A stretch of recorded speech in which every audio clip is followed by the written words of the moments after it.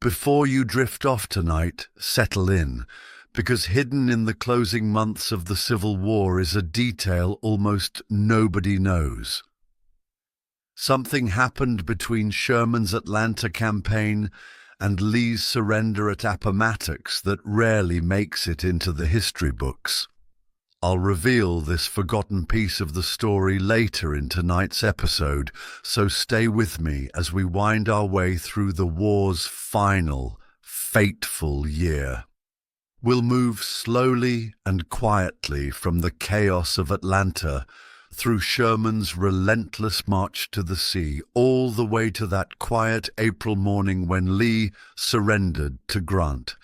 Every battle, every turning point, every sleepy mile, all told in the most relaxing style possible, perfect for helping you drift off while learning something new. Before we begin, let me know in the comments where you're watching from tonight. I love seeing where these bedtime stories are traveling and who's listening out there. So get comfortable. Let your mind wander back to 1864 and let the story carry you gently towards sleep.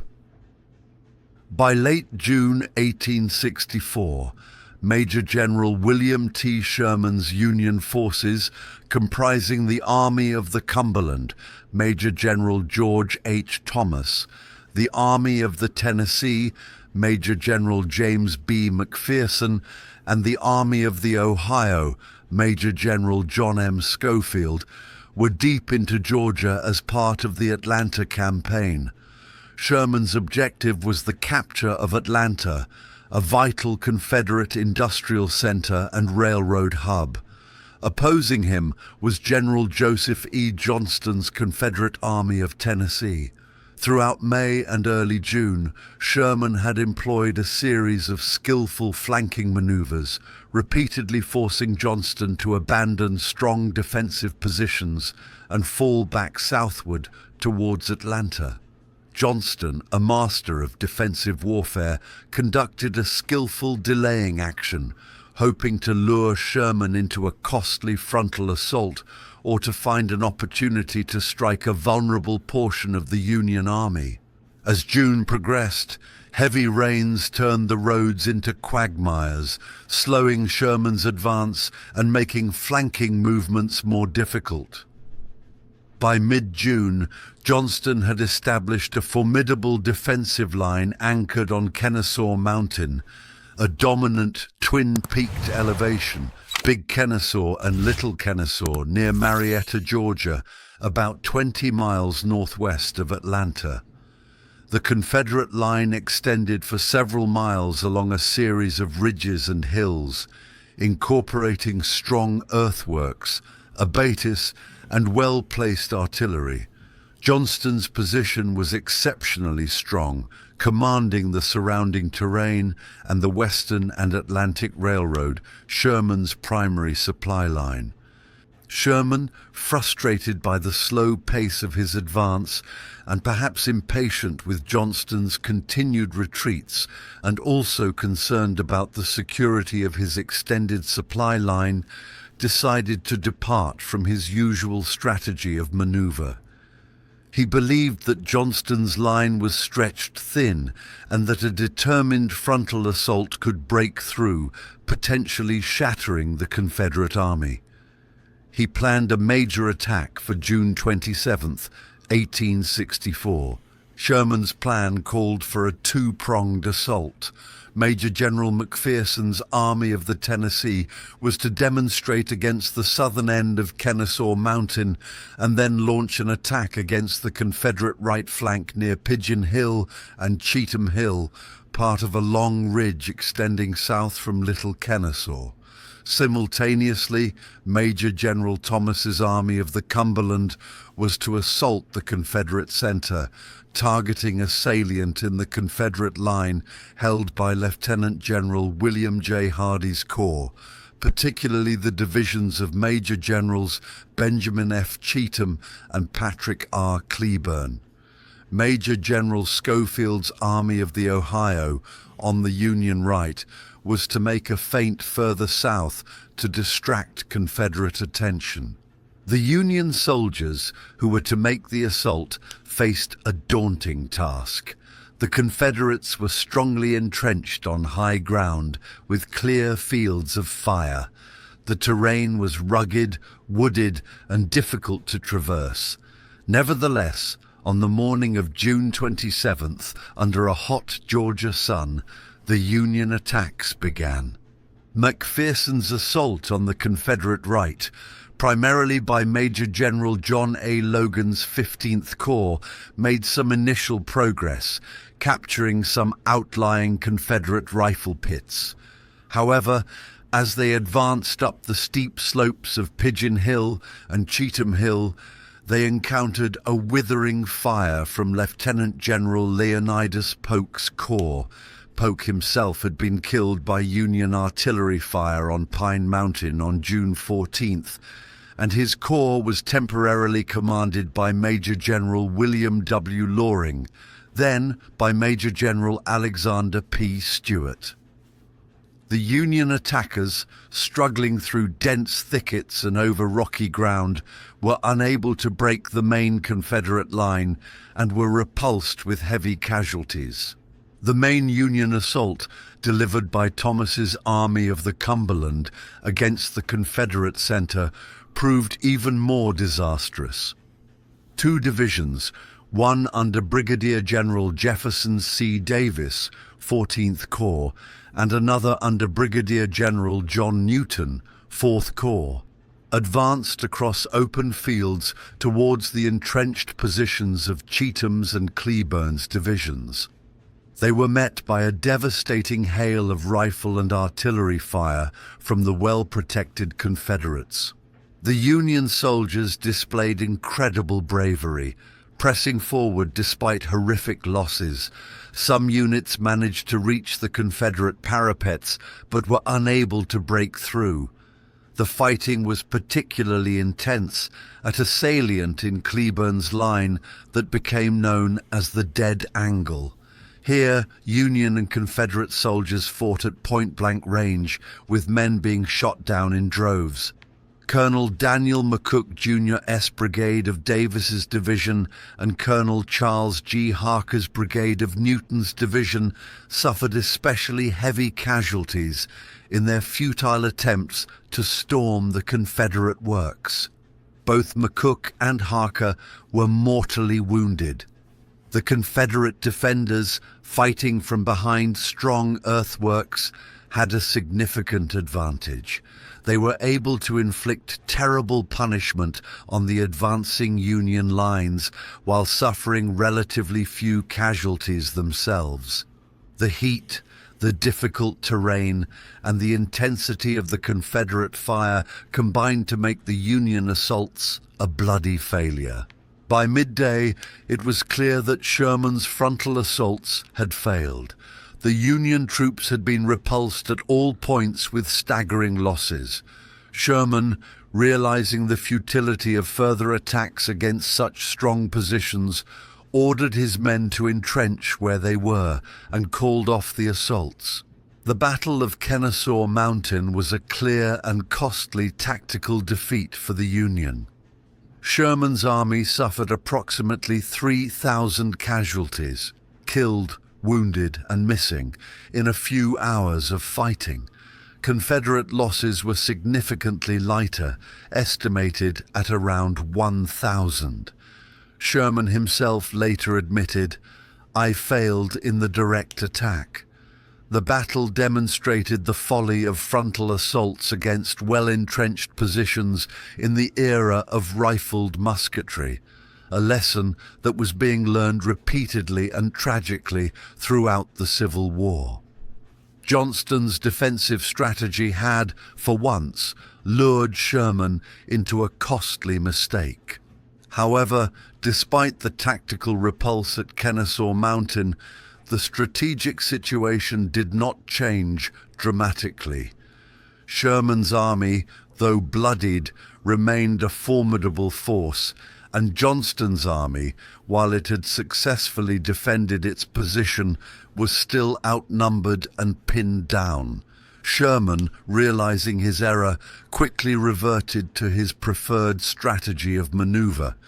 While maintaining a demonstration against Kennesaw Mountain, he once again began to extend his right flank southward, aiming to get around Johnston's left and threaten his supply line, the Western and Atlantic Railroad, further south towards the Chattahoochee River, the last major water barrier before Atlanta.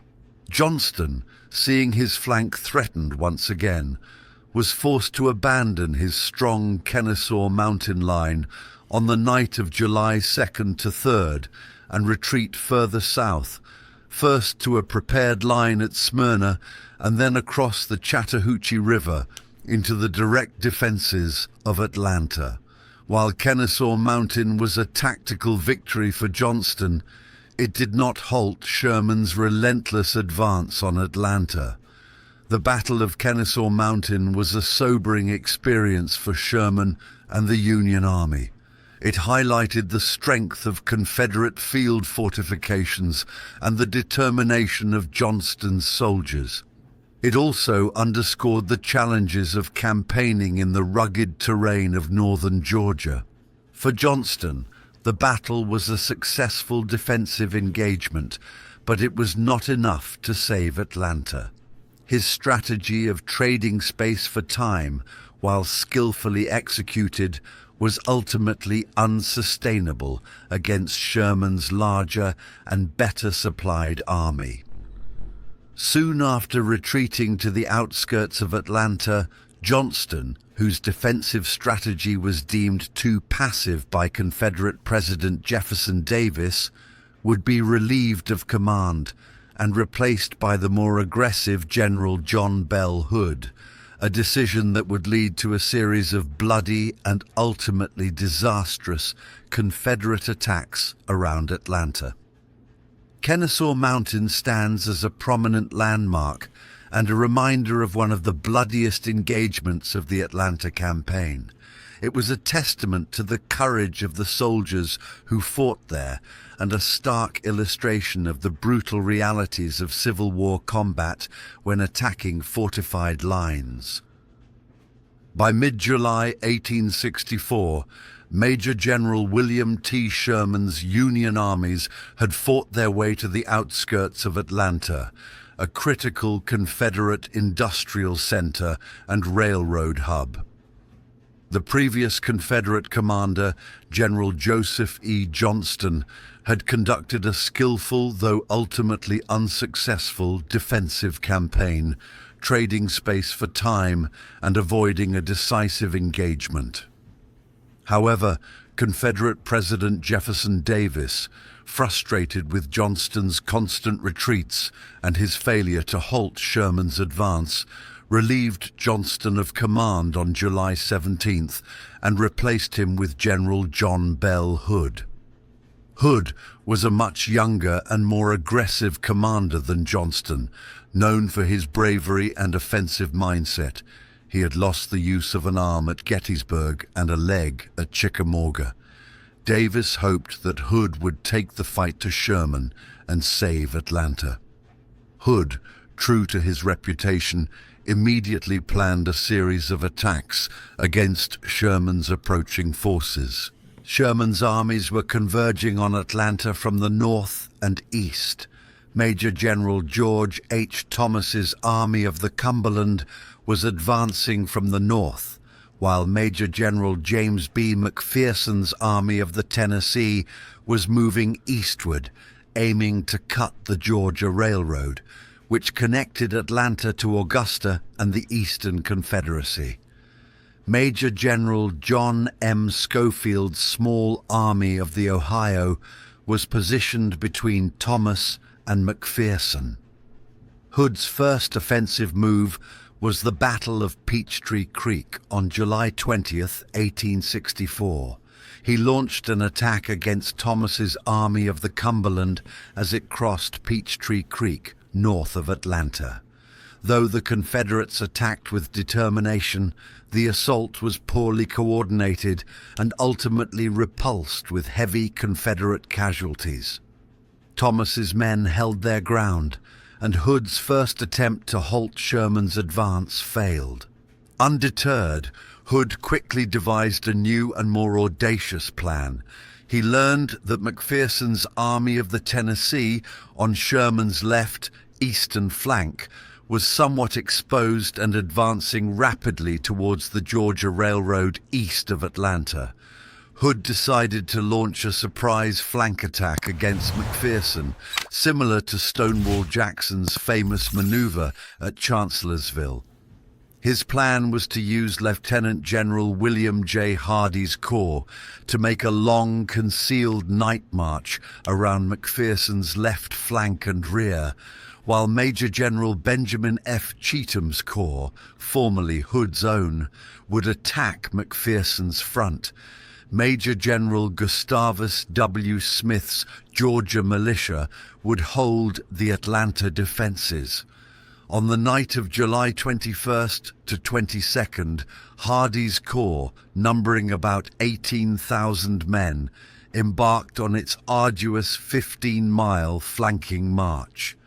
The march was difficult, conducted over rough terrain and poorly mapped roads, and Hardee's troops fell behind schedule. On the morning of July 22nd, McPherson's Army of the Tennessee, the 15th, 16th, and 17th Corps, was positioned east of Atlanta, with its left flank held by Major General Grenville M. Dodge's 15th Corps, somewhat in the air and extending southward. McPherson himself was concerned about this exposed flank and had ordered Dodge to refuse his line, bend it back to face south.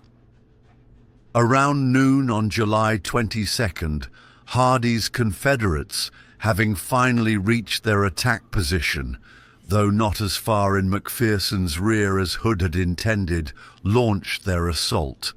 The divisions of Major Generals William H. T. Walker and George Maney struck Dodge's 16th Corps. The initial Confederate attack, delivered with surprise and ferocity, caught the Union troops off guard. Walker himself was killed early in the assault. The fighting on McPherson's left flank quickly became intense and confused. Dodge's men, though surprised, rallied and fought stubbornly, aided by their Spencer repeating rifles.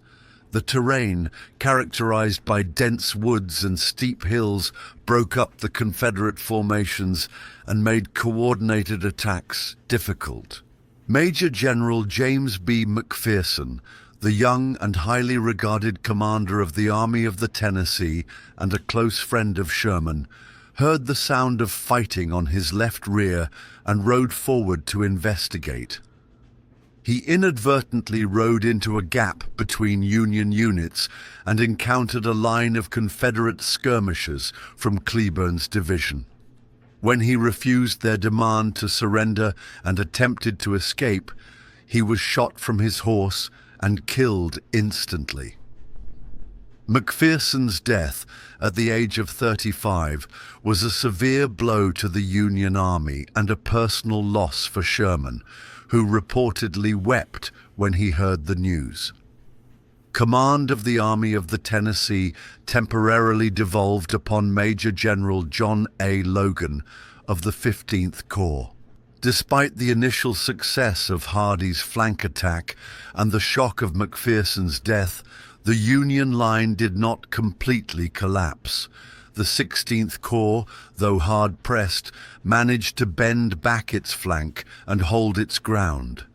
Crucially, elements of Major General Giles A. Smith's division of the 17th Corps, which had been moving to extend the Union left, counterattacked and helped to stabilize the situation. While Hardee's attack was raging on the Union left and rear, Cheatham's Confederate Corps launched its assault against the Union front, held by the 15th Corps under Logan, now also acting Army commander, and the 17th Corps under Major General Frank P. Blair, Jr.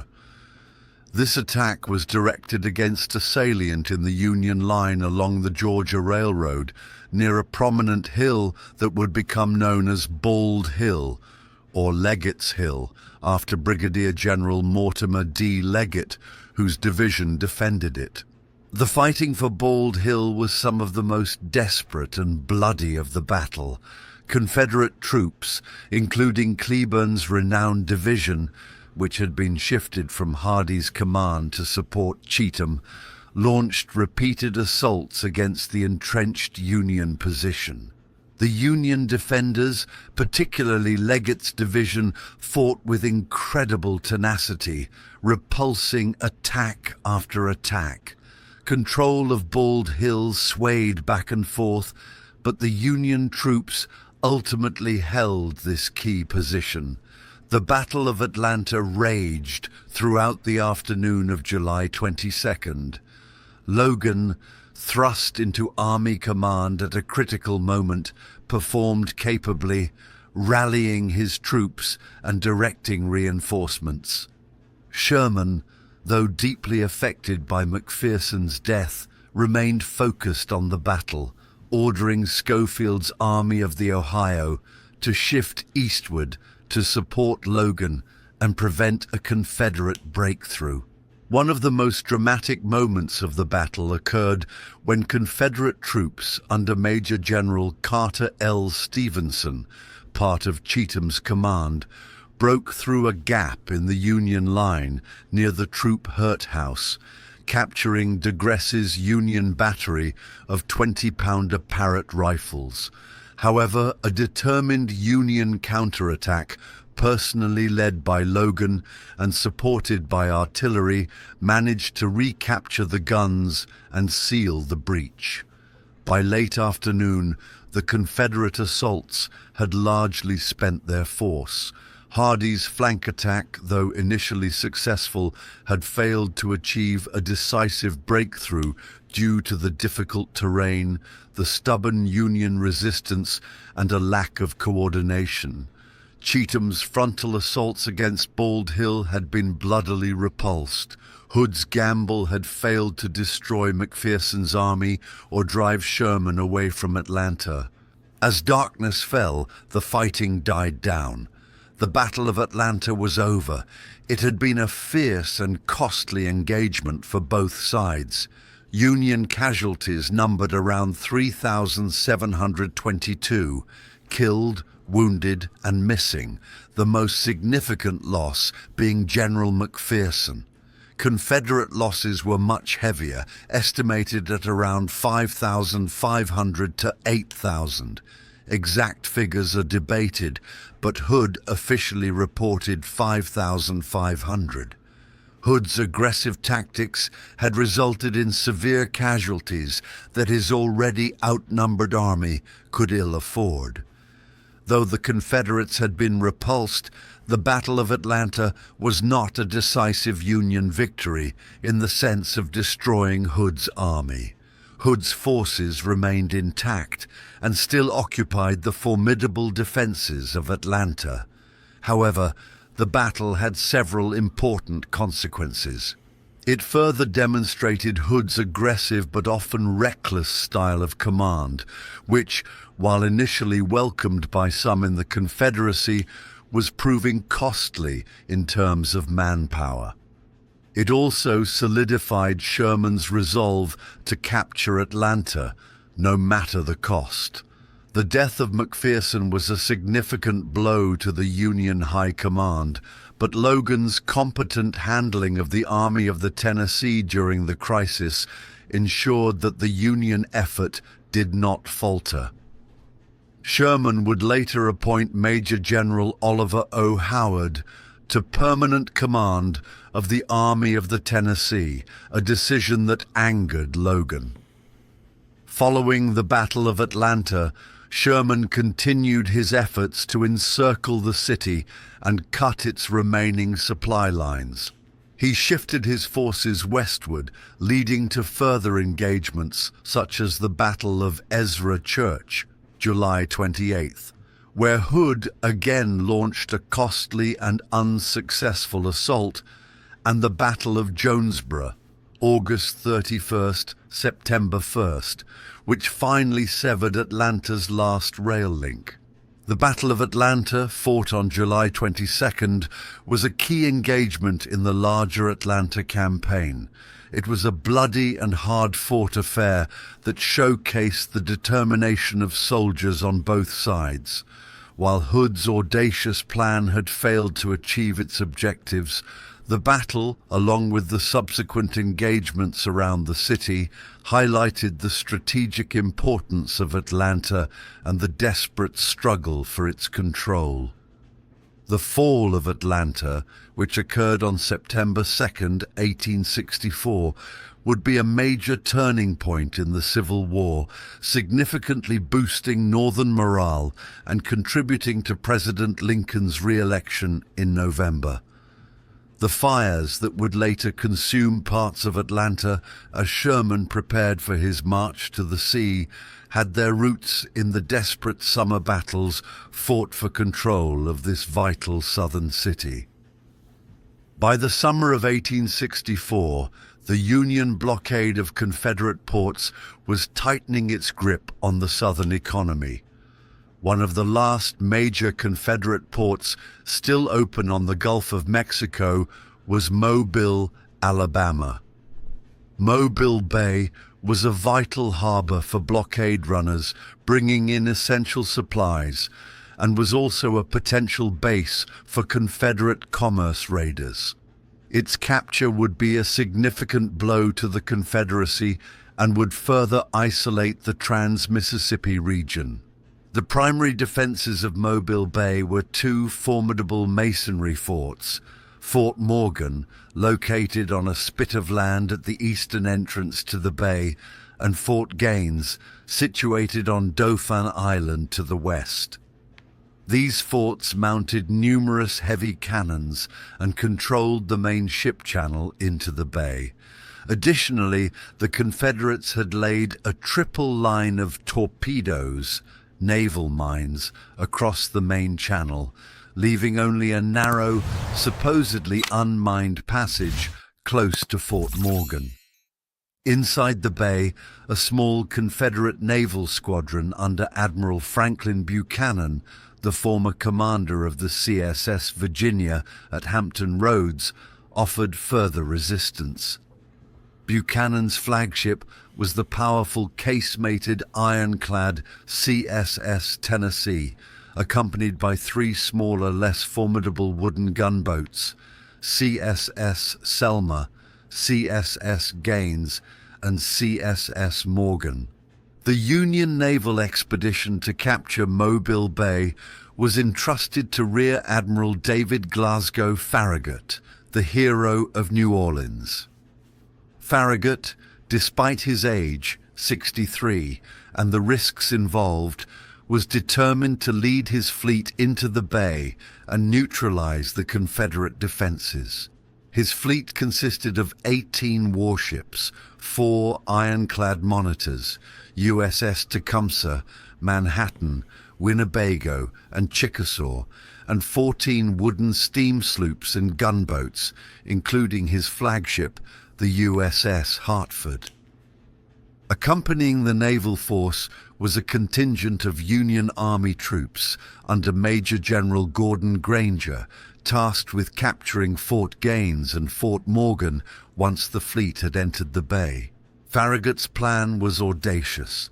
He intended to lead his wooden ships in a column past Fort Morgan, through the narrow opening in the torpedo field, while his ironclad monitors would engage Fort Morgan at close range and attempt to suppress its fire. To minimize casualties and ensure that if one ship was disabled, it would not block the channel, Farragut ordered his wooden ships lashed together in pairs, with the smaller gunboats on the less exposed side, away from Fort Morgan.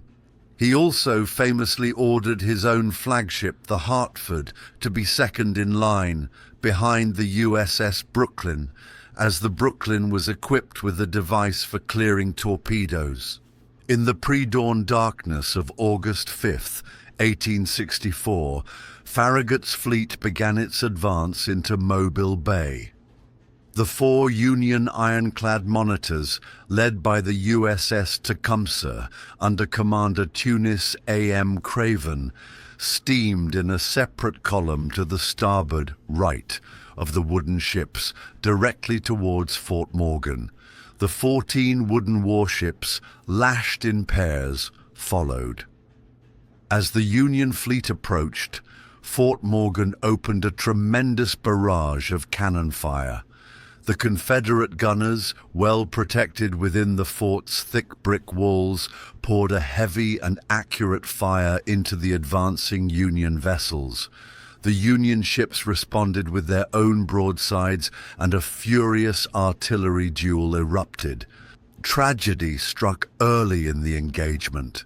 The lead monitor, USS Tecumseh, in its eagerness to engage the CSS Tennessee, which was positioned just inside the bay near Fort Morgan, veered slightly to the west of the supposed safe channel and struck a Confederate torpedo.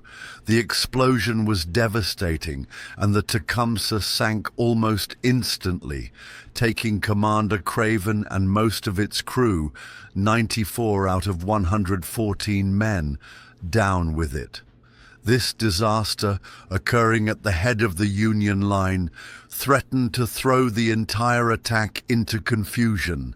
The USS Brooklyn, now the lead wooden ship, seeing the Tecumseh sink and fearing more torpedoes, hesitated and began to slow down, backing its engines. This caused the entire column of wooden ships behind it to falter and bunch up directly under the concentrated fire of Fort Morgan. The situation was critical. It was at this moment that Admiral Farragut, high in the rigging of the Hartford, lashed there so he could see above the smoke of battle, made his famous and decisive command.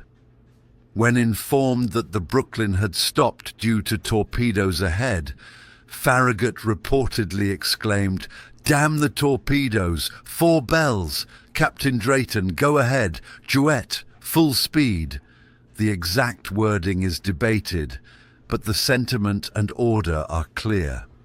Farragut ordered the Hartford to take the lead, pull out of line to port of the Brooklyn, and steam directly through the torpedo field, trusting in Providence and the momentum of his fleet.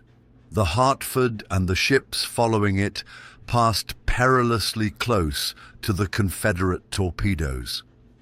Miraculously, though some torpedoes were heard scraping against the hulls of the Union ships, none of them detonated. Many were likely duds due to prolonged immersion in salt water. Farragut's bold gamble had paid off. His fleet successfully ran the gauntlet of Fort Morgan's guns and the torpedo field, entering Mobile Bay. Once inside the bay, Farragut's wooden ships faced Admiral Buchanan's small Confederate squadron. The CSS Tennessee, a formidable ironclad, posed the most significant threat. The 3 smaller Confederate gunboats were quickly overwhelmed by the superior firepower of the Union fleet. The CSS Selma was captured after a running fight with the USS Metacomet. The CSS Gaines was heavily damaged and forced to beach itself. The CSS Morgan managed to escape to Mobile under the protection of Fort Morgan's guns. The CSS Tennessee, however, fought on with incredible bravery. Admiral Buchanan, determined to inflict as much damage as possible, steered his lone ironclad directly into the midst of Farragut's wooden fleet. For over an hour, the Tennessee engaged multiple Union warships at close range, ramming and exchanging broadsides. The Union wooden ships, though individually less powerful than the Tennessee, swarmed around the Confederate ironclad, pounding it with their heavy guns. The Tennessee's armor, though strong, began to suffer under the relentless bombardment. Its smokestack was shot away, reducing its speed, and its steering chains were severed. Admiral Buchanan himself was severely wounded, his leg shattered by an iron splinter. The Union ironclad monitors, which had also successfully passed Fort Morgan, though with some difficulty, then joined the fray, concentrating their fire on the crippled Tennessee. The Tennessee, now unmanageable and taking heavy punishment, with its commander wounded and many of its gunport shutters jammed, finally surrendered around 10 a.m. Its capture effectively ended Confederate naval resistance in Mobile Bay. With the Confederate fleet neutralized and Farragut's fleet in control of the bay, the fate of Fort Gaines and Fort Morgan was sealed. Major General Gordon Granger's Union Army troops, which had landed on Dauphin Island, laid siege to Fort Gaines. On August 8, 1864, Fort Gaines surrendered. Fort Morgan, now completely isolated, endured a heavy bombardment from both land and sea for several weeks. On August 23, 1864, Fort Morgan also surrendered. The Battle of Mobile Bay was a decisive Union victory.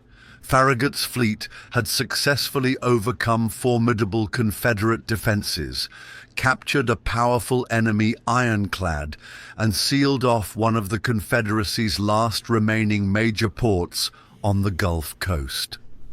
Union casualties in the naval battle were around 335, 150 killed, primarily from the sinking of the Tecumseh, and 170 wounded, plus 15 captured.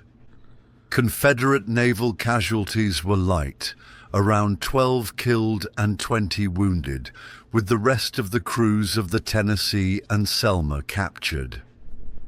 The garrisons of Fort Gaines and Fort Morgan, about 600 and 800 men respectively, were also captured. The victory at Mobile Bay had significant strategic and morale implications. It further tightened the Union blockade, depriving the Confederacy of vital supplies and access to foreign markets.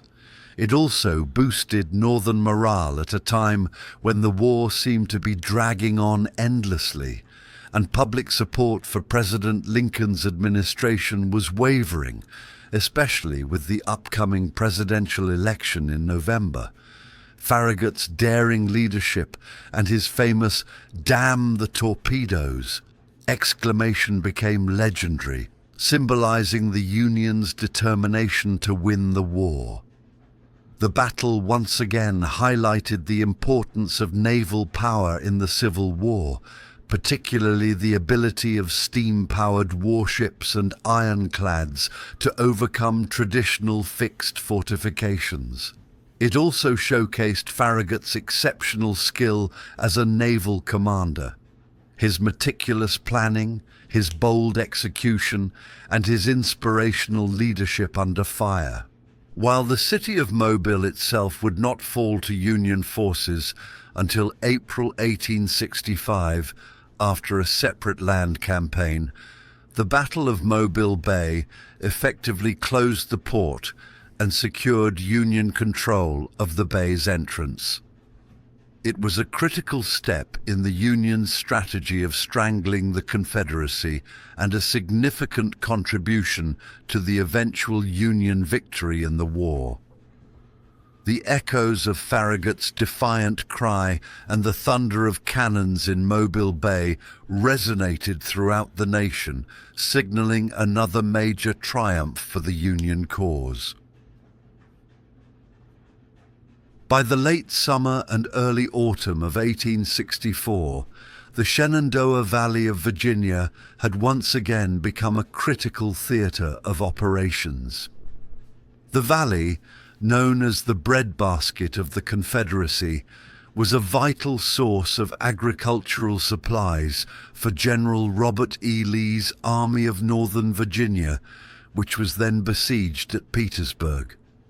It also served as a potential Confederate invasion route into the north, and a diversionary theatre that could draw Union troops away from the main effort against Richmond and Petersburg.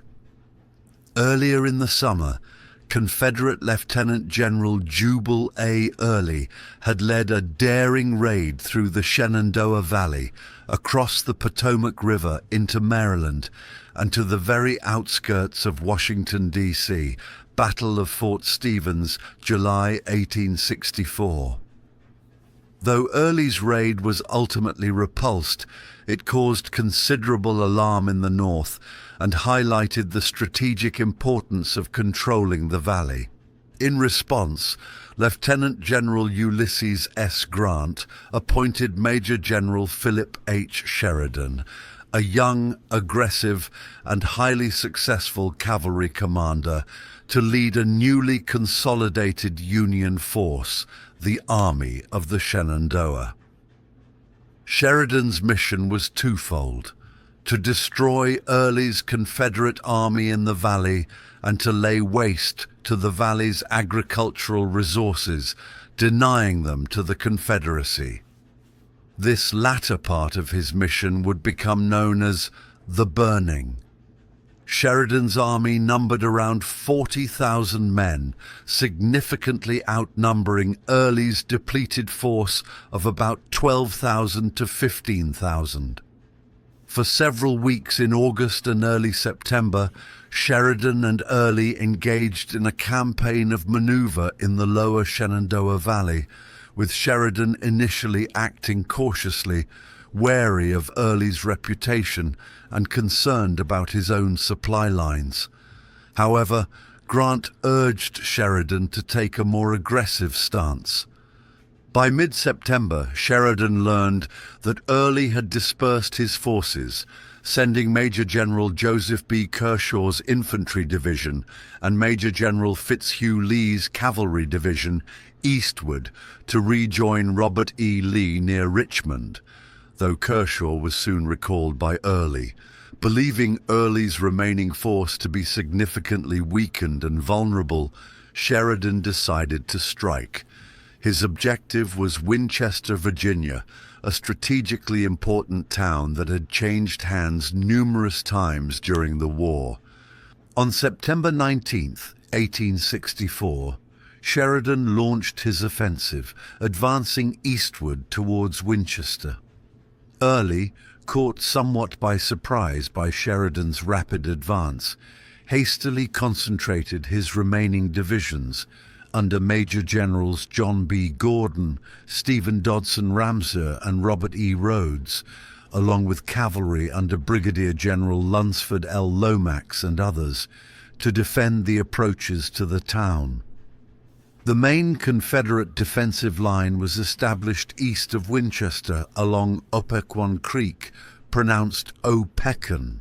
The Third Battle of Winchester, also known as the Battle of Opequon, began around dawn as Union cavalry under Brigadier General James H. Wilson forced a crossing of Opequon Creek at Berryville Pike, followed by Major General Horatio G. Wright's 6th Corps and Major General William H. Emery's 19th Corps. The Union advance was initially slowed by difficult terrain, a narrow canyon or defile through which the Berryville Pike passed, and stubborn Confederate resistance, particularly from Ramseur's division. This initial bottleneck delayed the deployment of the large Union infantry force and allowed Early more time to consolidate his defenses. The fighting intensified throughout the morning and early afternoon as more Union troops came onto the field. The battle lines swayed back and forth. Sheridan's plan was to use his superior numbers to overwhelm Early's smaller army. However, the Confederates, fighting with their characteristic tenacity and skill, put up a fierce defense. A critical moment in the battle occurred around midday, when Major General Robert E. Rhodes, one of Early's ablest divisional commanders, was killed by a Union shell fragment while organizing a counterattack. His death was a severe blow to the Confederate command. Later in the afternoon, Confederate Brigadier General Archibald Godwin was also killed leading a charge. Despite the stubborn Confederate resistance, the sheer weight of Union numbers began to tell. Sheridan committed Major General George Crook's Army of West Virginia, often referred to as the 8th Corps, on his right flank, aiming to turn Early's left. Crook's attack, though initially meeting with some success, also encountered strong Confederate opposition. The decisive phase of the battle occurred in the late afternoon. Sheridan, seeing an opportunity, ordered a massive coordinated cavalry charge against the Confederate flanks. 2 Union cavalry divisions, one under Brigadier General Wesley Merritt and another under Brigadier General William W. Averill, which had been operating on the northern and southern flanks respectively, launched simultaneous assaults. Merritt's cavalry, sweeping down from the north, struck Early's left flank and rear, while Averill's cavalry, though its attack was less impactful, pressed from the south. This combined cavalry assault, one of the largest and most successful of the war, shattered the Confederate infantry lines, which were already under immense pressure from the Union infantry attacks. Early's army, outflanked and overwhelmed, broke and fled in disorder through the streets of Winchester and southward up the Valley Pike, the main road in the Shenandoah Valley. The Union cavalry pursued vigorously, capturing many prisoners and several pieces of artillery. The Confederate retreat became a rout. Only the onset of darkness and the exhaustion of the Union troops prevented the complete destruction of Early's army. The Third Battle of Winchester was a decisive Union victory and a turning point in the Shenandoah Valley Campaign of 1864. Sheridan had achieved his first major objective, to defeat Early's army in open battle. Union casualties numbered around 5,018, 697 killed, 3,983 wounded, 338 missing, captured. Confederate losses were also heavy, estimated at around 3,921, 226 killed, 1,567 wounded, 1,818 missing, captured, including many key officers. The victory at Winchester significantly boosted Northern morale and further enhanced Sheridan's reputation as an aggressive and successful commander. It also had important political implications, coming just weeks before the U.S. presidential election in November 1864, and contributing to a sense of growing Union momentum in the war. For Jubal Early and the Confederacy, the defeat at Winchester was a severe blow. It marked the beginning of the end for Confederate control of the Shenandoah Valley. Though Early would continue to fight, his army was severely weakened and demoralized. Following the battle, Sheridan pursued Early southward up the valley, leading to another significant Union victory at the Battle of Fisher's Hill a few days later, September 22nd. These victories paved the way for Sheridan to carry out the second part of his mission, the systematic destruction of the Shenandoah Valley's agricultural resources to deny them to the Confederacy. The Third Battle of Winchester was a hard-fought and bloody engagement that showcased Sheridan's aggressive leadership and the effective use of combined arms, particularly the decisive impact of his massed cavalry charge.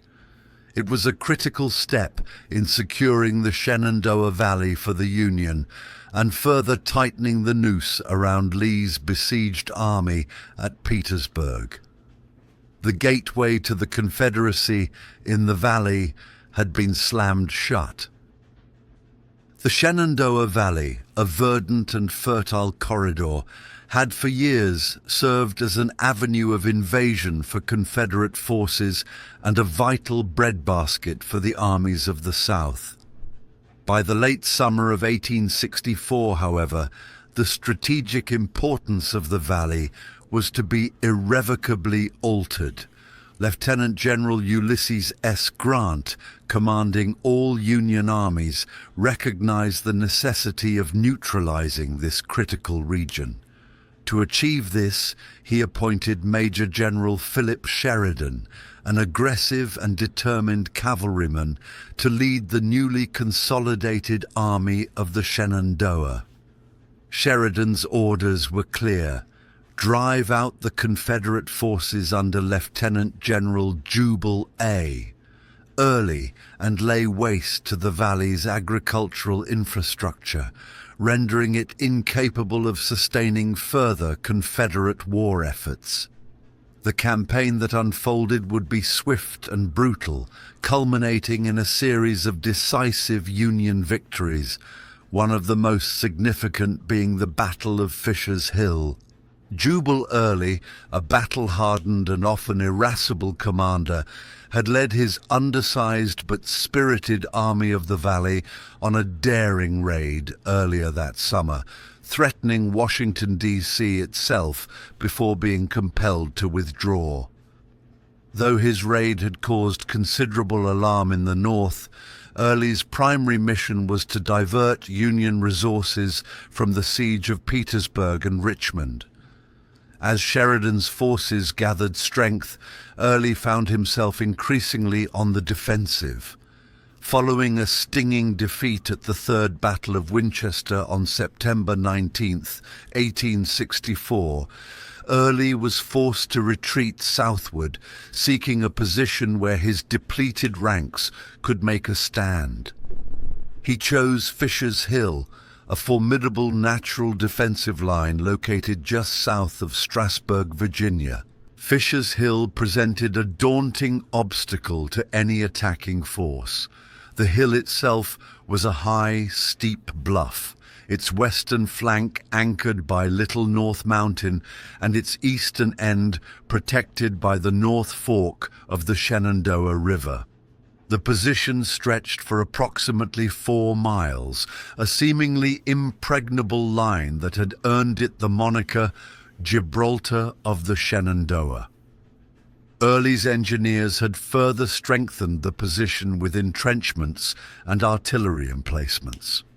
However, the very length of this defensive front posed a significant problem for Early's diminished army, which numbered perhaps less than 10,000 effective fighting men.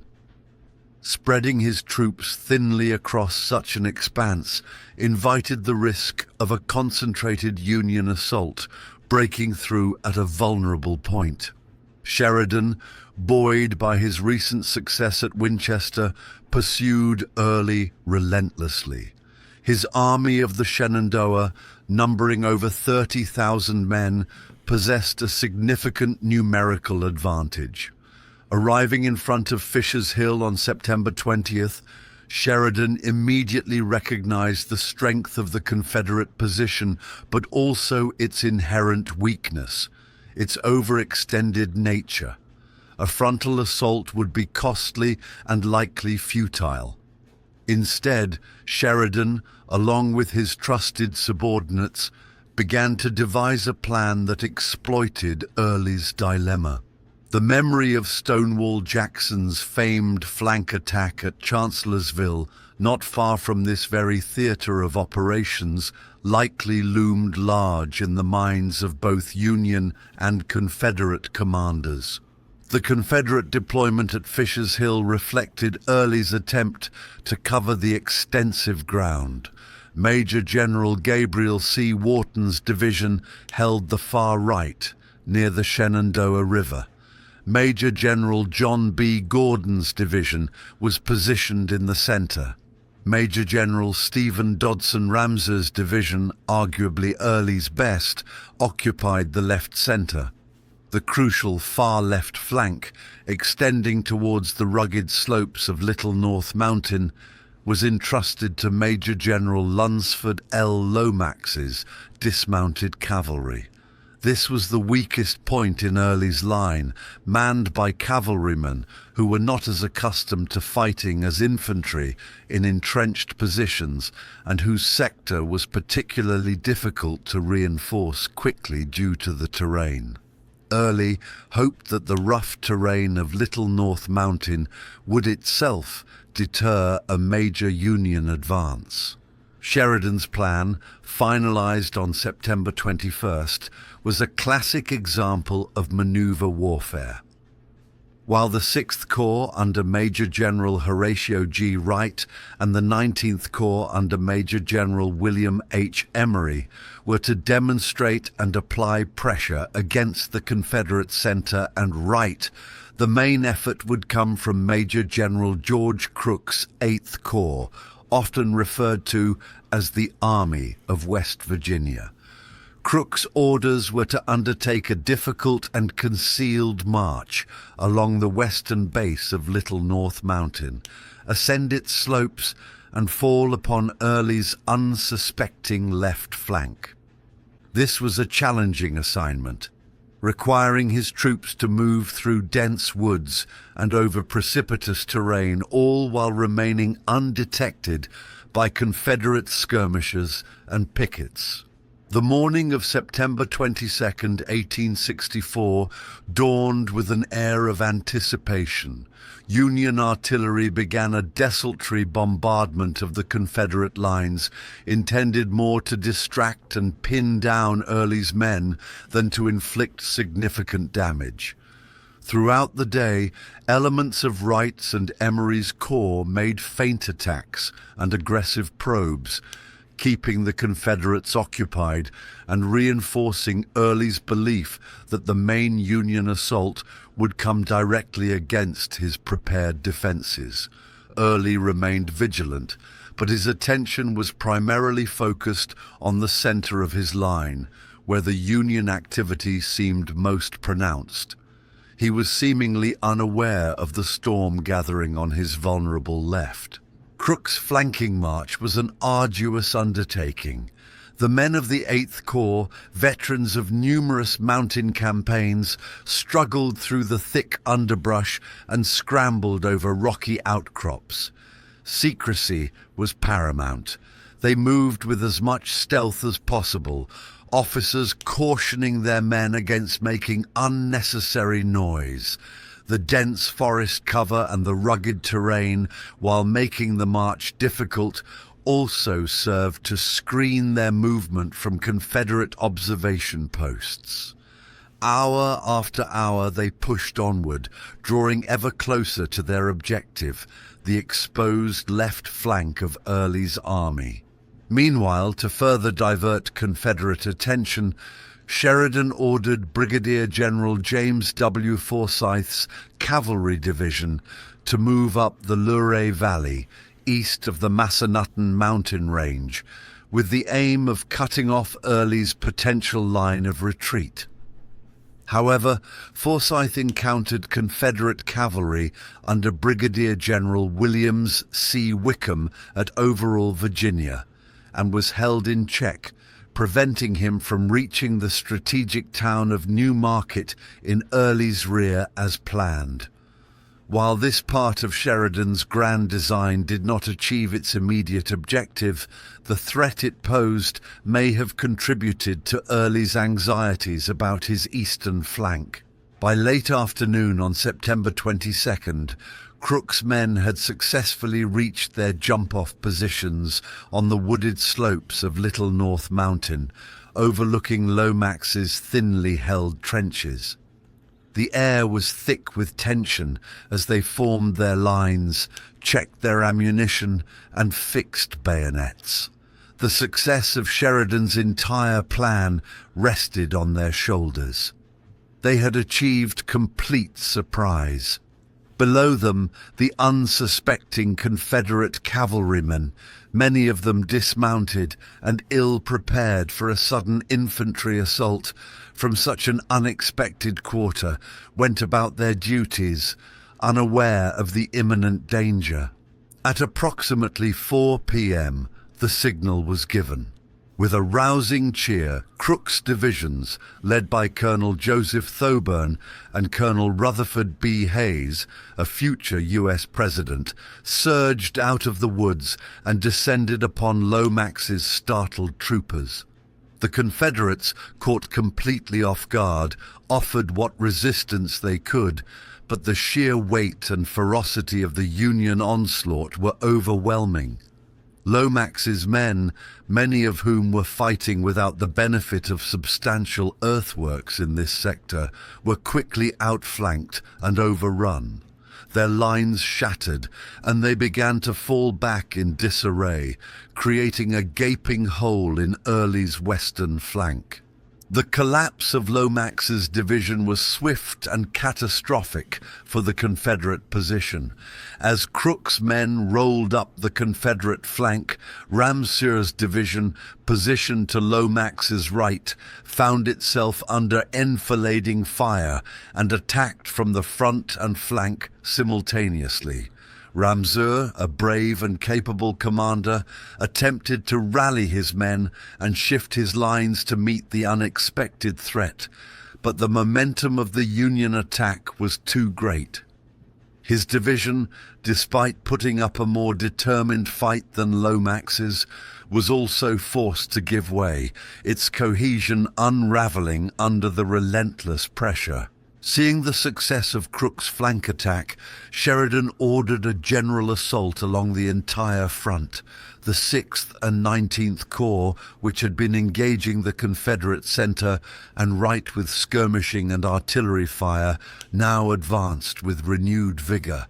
Wright's 6th Corps surged forward against Gordon's and parts of Ramseur's crumbling lines. Emory's 19th Corps pressed hard against Wharton's division on the Confederate right. The sound of battle intensified, a deafening roar of musketry and cannon fire echoing through the valley. For the Confederate soldiers, the situation rapidly devolved into chaos. Attacked from multiple directions, their lines broken and their flanks turned, organized resistance became increasingly difficult. Units became intermingled, and command and control began to break down. The psychological impact of the surprise flank attack was immense, spreading panic and demoralization through the ranks. Early, witnessing the disintegration of his left flank, frantically tried to shift troops from his right and center to stem the tide, but it was too little, too late.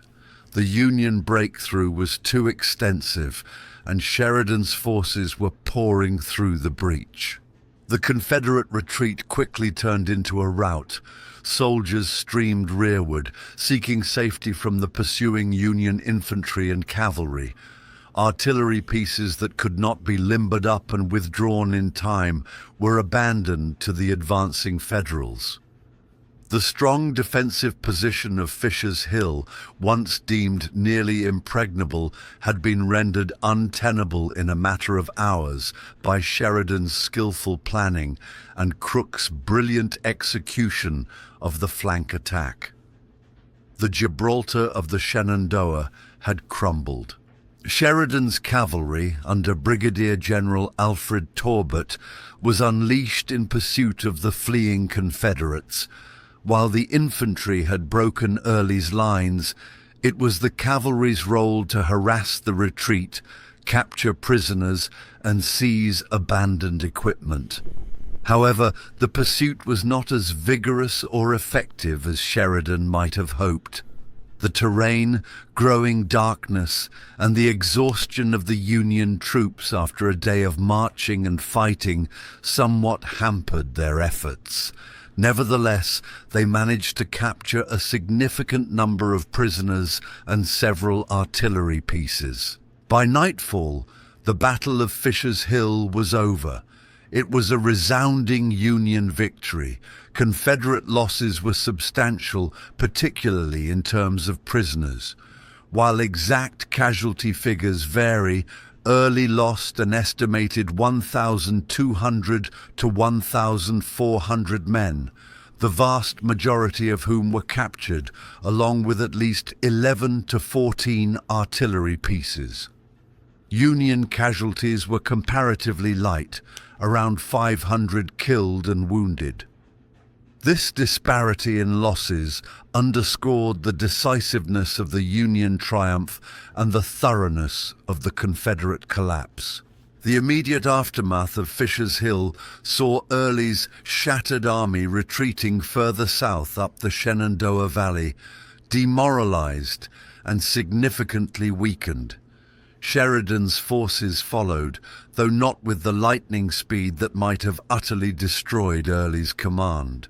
Early himself was deeply humiliated by the defeat, attributing it to the insufficient numbers and the surprise flank attack that his men could not withstand. He would later attempt to downplay the extent of the rout, but the loss of so many prisoners and guns told its own story. The strategic consequences of the Battle of Fisher's Hill were far-reaching. Coupled with the earlier victory at Winchester, it firmly established Union control over the northern and central Shenandoah Valley. Early's capacity to mount any serious offensive threat to the north was severely diminished. His army, though it would continue to fight, had lost much of its offensive power and a great deal of its morale. The victories also had a significant impact on Northern morale and contributed to President Abraham Lincoln's prospects in the upcoming presidential election of 1864, demonstrating that the Union was making tangible progress towards winning the war. Following Fisher's Hill, Sheridan proceeded with the second part of Grant's orders, the systematic destruction of the Shenandoah Valley's agricultural resources. This period, known as the Burning or the Red October, saw Union troops seize or destroy livestock, crops, barns, and mills, aiming to deny the Confederacy the sustenance it drew from this fertile region. While a harsh measure, it was deemed a military necessity to cripple the South's ability to wage war. The devastation was widespread and had a lasting impact on the valley's inhabitants. For Jubal Early, the defeat at Fisher's Hill was a bitter pill. He managed to rally his troops and was reinforced, leading to a surprise counterattack at Cedar Creek on October 19, 1864. While initially successful, this Confederate effort was ultimately crushed by a dramatic Union counterattack personally led by Sheridan, who famously rode to the sound of the guns from Winchester.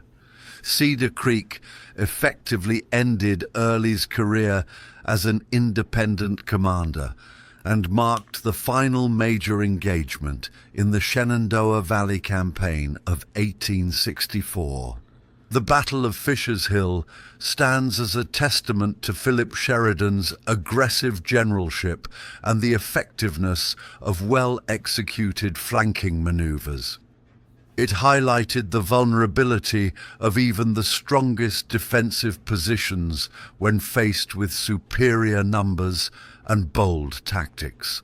George Crook's 8th Corps deserved particular praise for their difficult march and decisive assault on the Confederate left. Their actions were the key that unlocked Early's formidable line.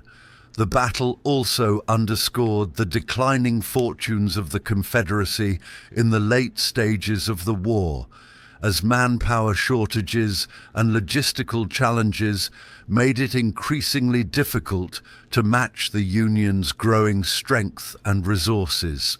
The terrain itself played a crucial role in the battle.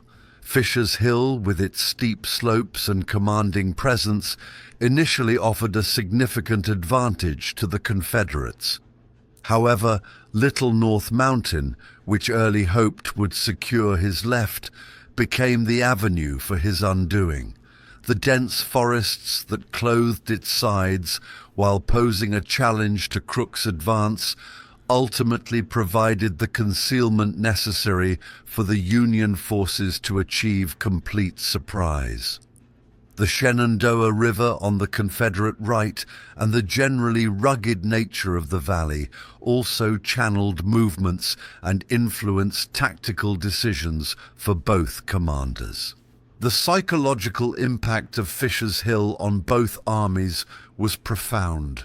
For the Union soldiers, it was another clear victory, building their confidence and morale, reinforcing their belief in Sheridan's leadership. They had overcome a position that seemed incredibly strong and done so with relatively few casualties. For the Confederates, it was a demoralizing blow. Being flanked and routed from such a position so soon after the defeat at Winchester shook their confidence in Early's leadership and their ability to withstand Sheridan's relentless pressure. The loss of so many comrades as prisoners was also a significant drain on their already depleted manpower.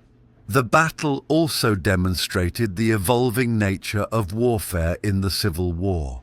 While trench warfare and strong defensive positions had become common, Fisher's Hill showed that maneuver and surprise could still yield decisive results. Sheridan's willingness to use his numerical superiority to fix the enemy with one part of his force, while another conducted a difficult flanking march, was a hallmark of effective generalship. It was a far cry from the costly frontal assaults that had characterized many earlier battles of the war. The memory of Fisher's Hill, though often overshadowed by larger and bloodier engagements like Gettysburg or Antietam, remains significant in the narrative of the Civil War. It was a critical component of a campaign that had major strategic implications, effectively neutralizing the Shenandoah Valley as a Confederate asset and contributing to the overall Union momentum in the fall of 1864. The success of Sheridan's Valley Campaign helped to secure Lincoln's re-election, which in turn ensured that the Union war effort would be prosecuted to its ultimate conclusion.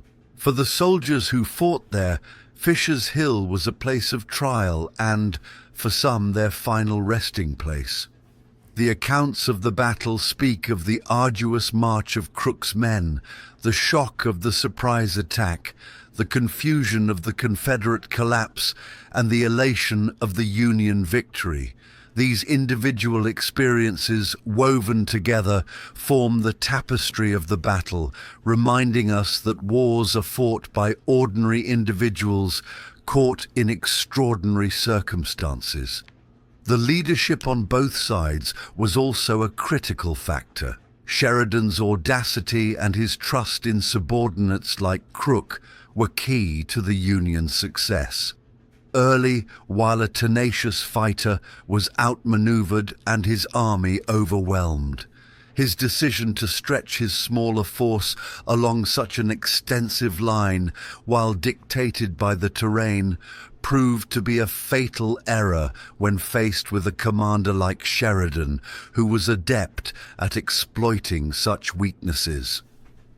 The legacy of Fisher's Hill extends beyond its immediate military consequences. It is a reminder of the strategic importance of the Shenandoah Valley during the Civil War and the brutal nature of the campaigns fought to control it.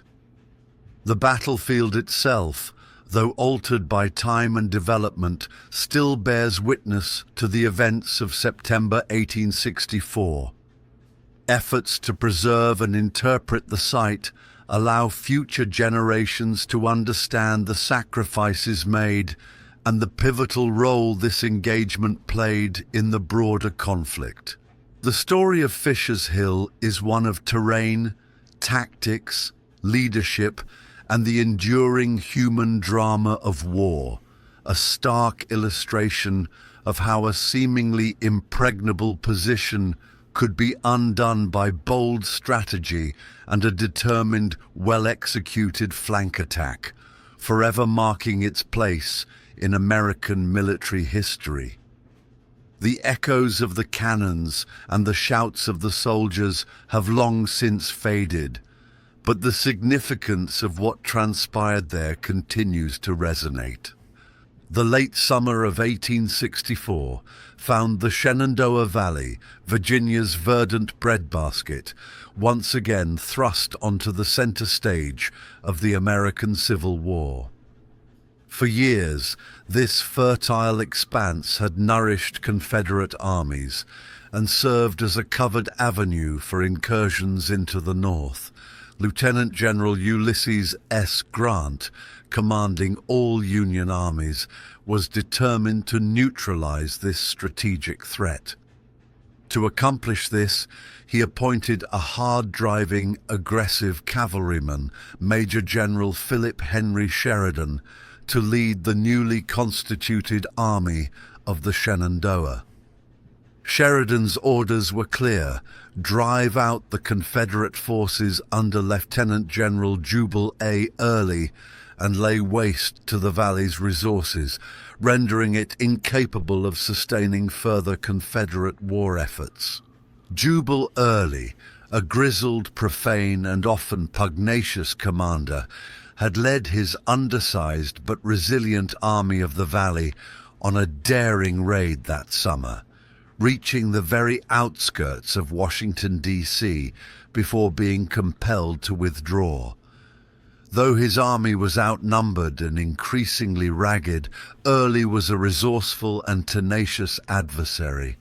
He understood the Shenandoah's terrain intimately and was adept at using its geographical features to his advantage.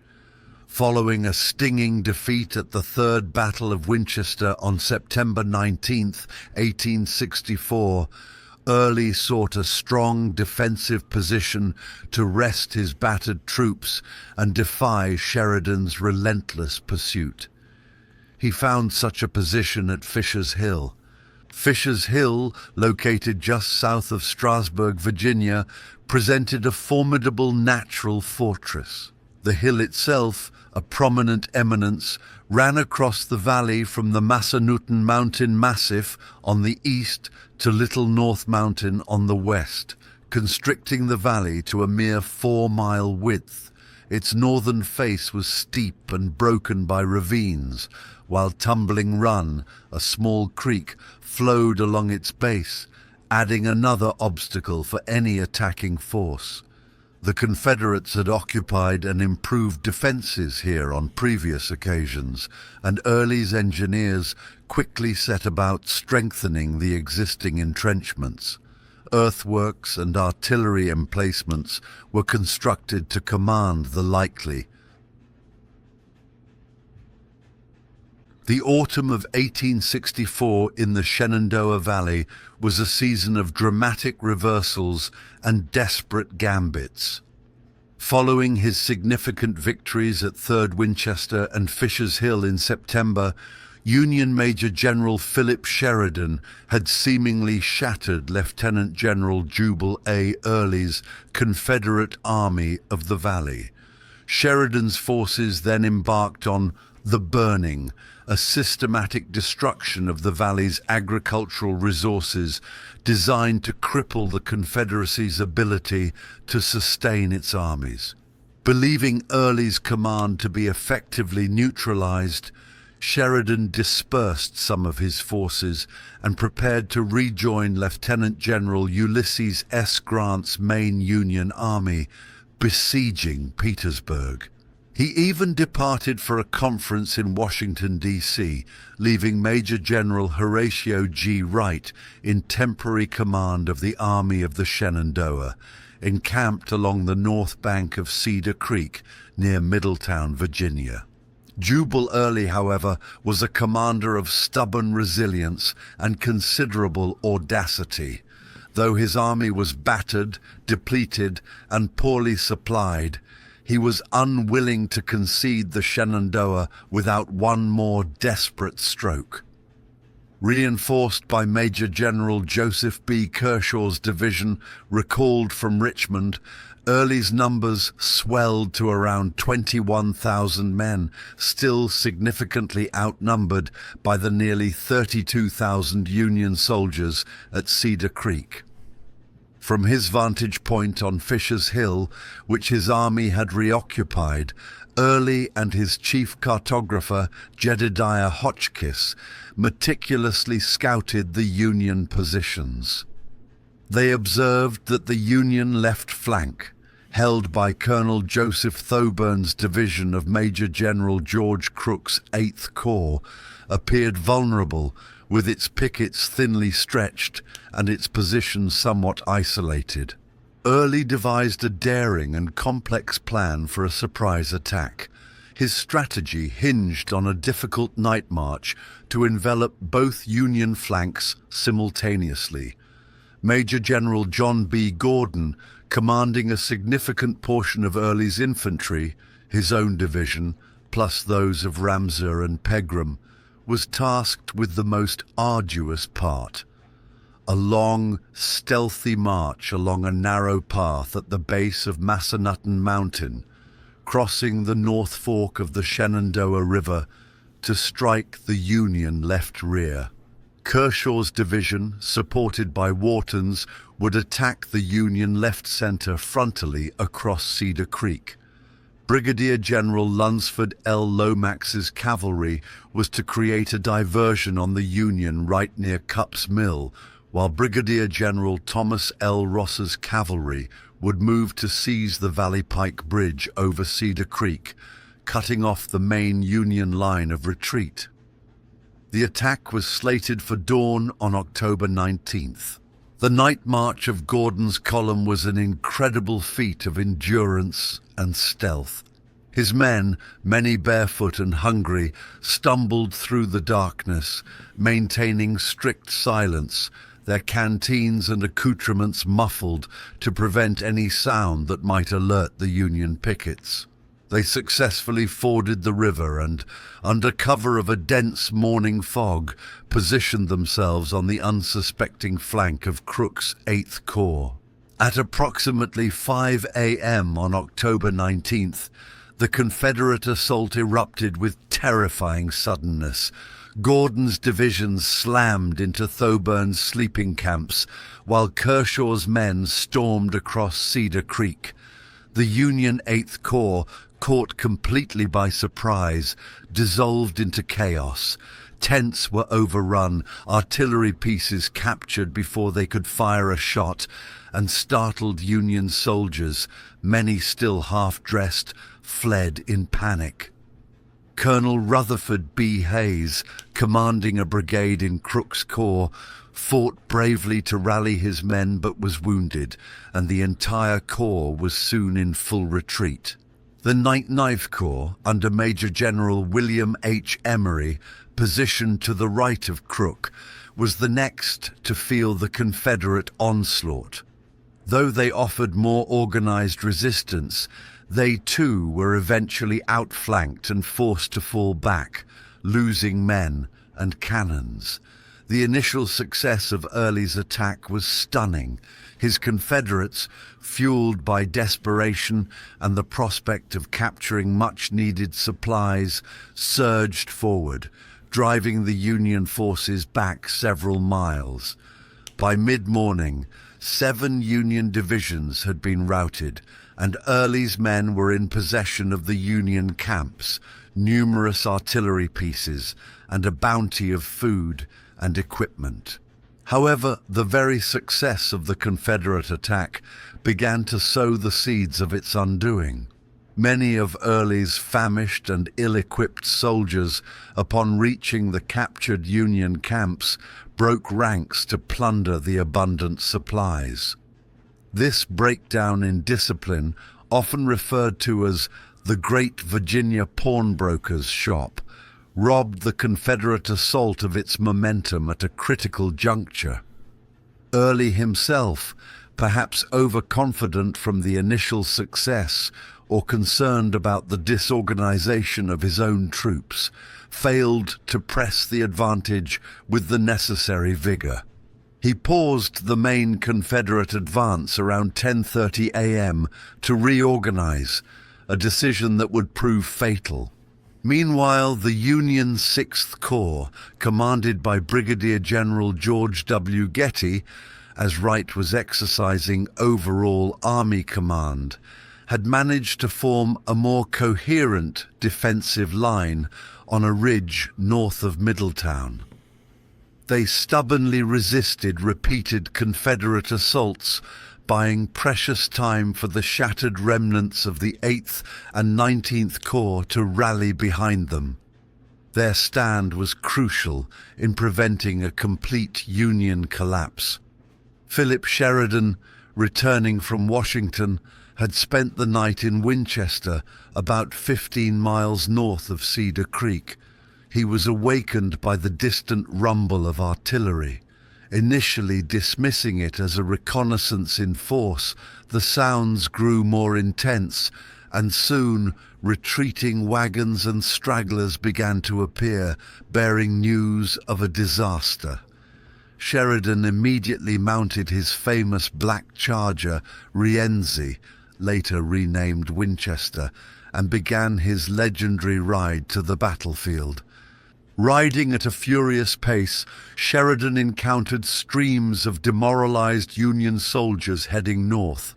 He waved his hat, shouted encouragement, and implored them to turn back and fight. "Face the other way, boys. We are going back to our camps. We are going to lick them out of their boots." His charismatic presence and unwavering confidence had an electrifying effect on the retreating troops. Many turned and began to follow him back towards the sound of the guns. This Sheridan's ride would become immortalized in poetry and art, a symbol of inspirational leadership turning the tide of battle. By the time Sheridan arrived on the field around 10:30 a.m., the 6th Corps was still holding, though under severe pressure. He immediately set about reorganizing his forces and preparing for a counterattack. He rode along the lines, his presence reassuring his men and instilling a renewed sense of purpose. He famously told one officer, "We'll get a twist on them yet. We'll sleep in our old camps tonight." For several hours, there was a lull in the major fighting as both sides regrouped. Early seemed content with his morning's work, while Sheridan meticulously prepared his counterstroke. Around 4 p.m., with his lines reformed and his men inspired, Sheridan unleashed his counterattack.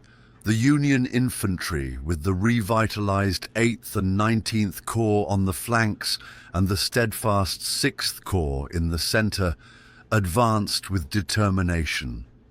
Union cavalry under Brigadier Generals Wesley Merritt and George A. Custer played a critical role, particularly Custer's division, which launched a devastating charge against the Confederate left flank.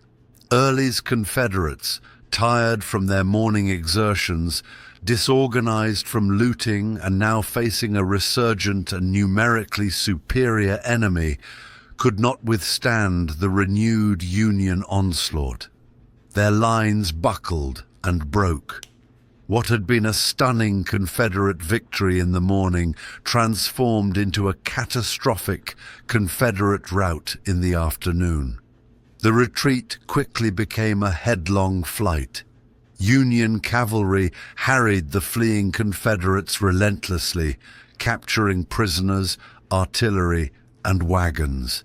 The Confederates were driven back through the Union camps they had captured hours earlier, south past Middletown, and all the way back to Fisher's Hill. Early's army lost nearly all the artillery it had captured in the morning, as well as most of its own.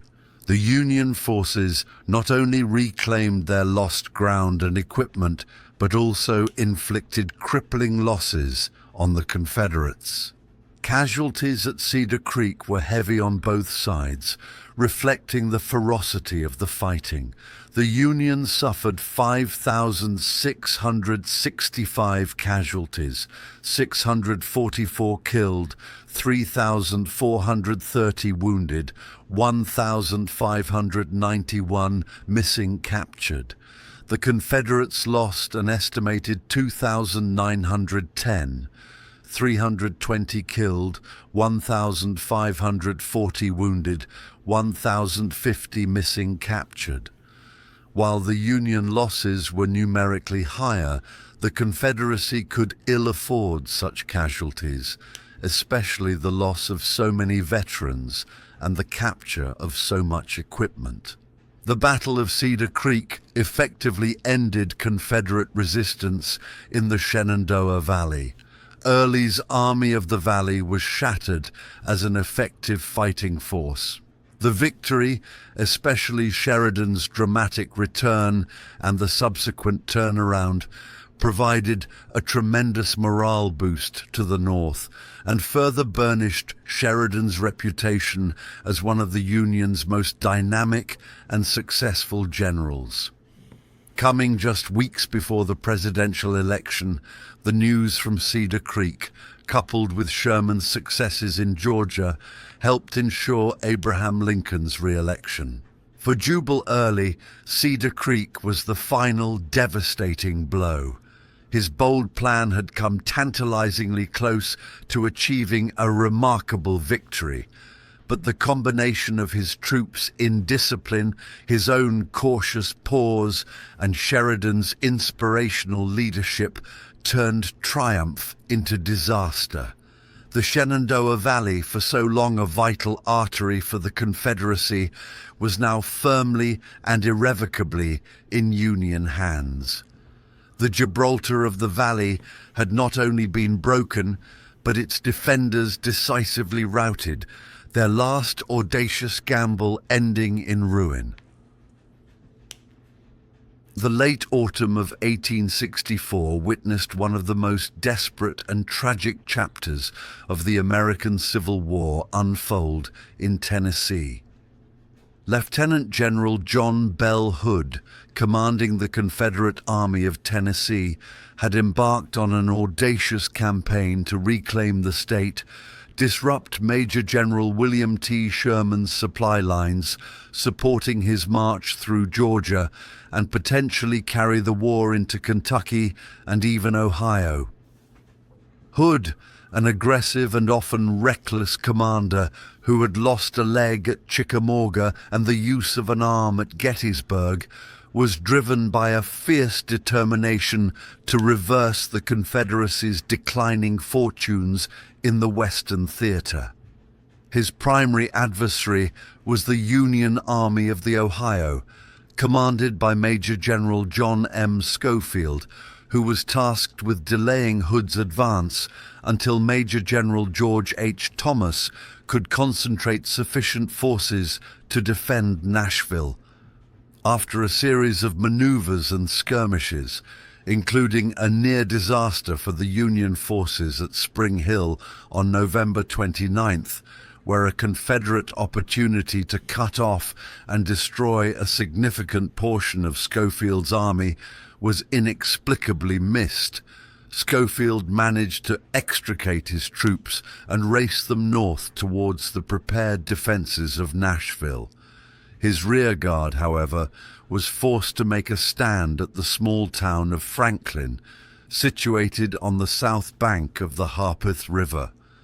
Schofield needed to hold Franklin long enough for his wagon trains and the bulk of his army to cross the river and continue their retreat. He entrusted the defense to Brigadier General Jacob D. Cox, who quickly began to fortify a strong defensive line in a salient south of the town, anchored on either side by the Harpeth River.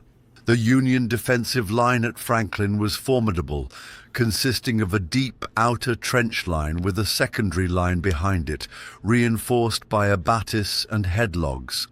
The Carter House, a prominent brick home, became a key strongpoint in the center of the Union line, with its garden and outbuildings incorporated into the defenses.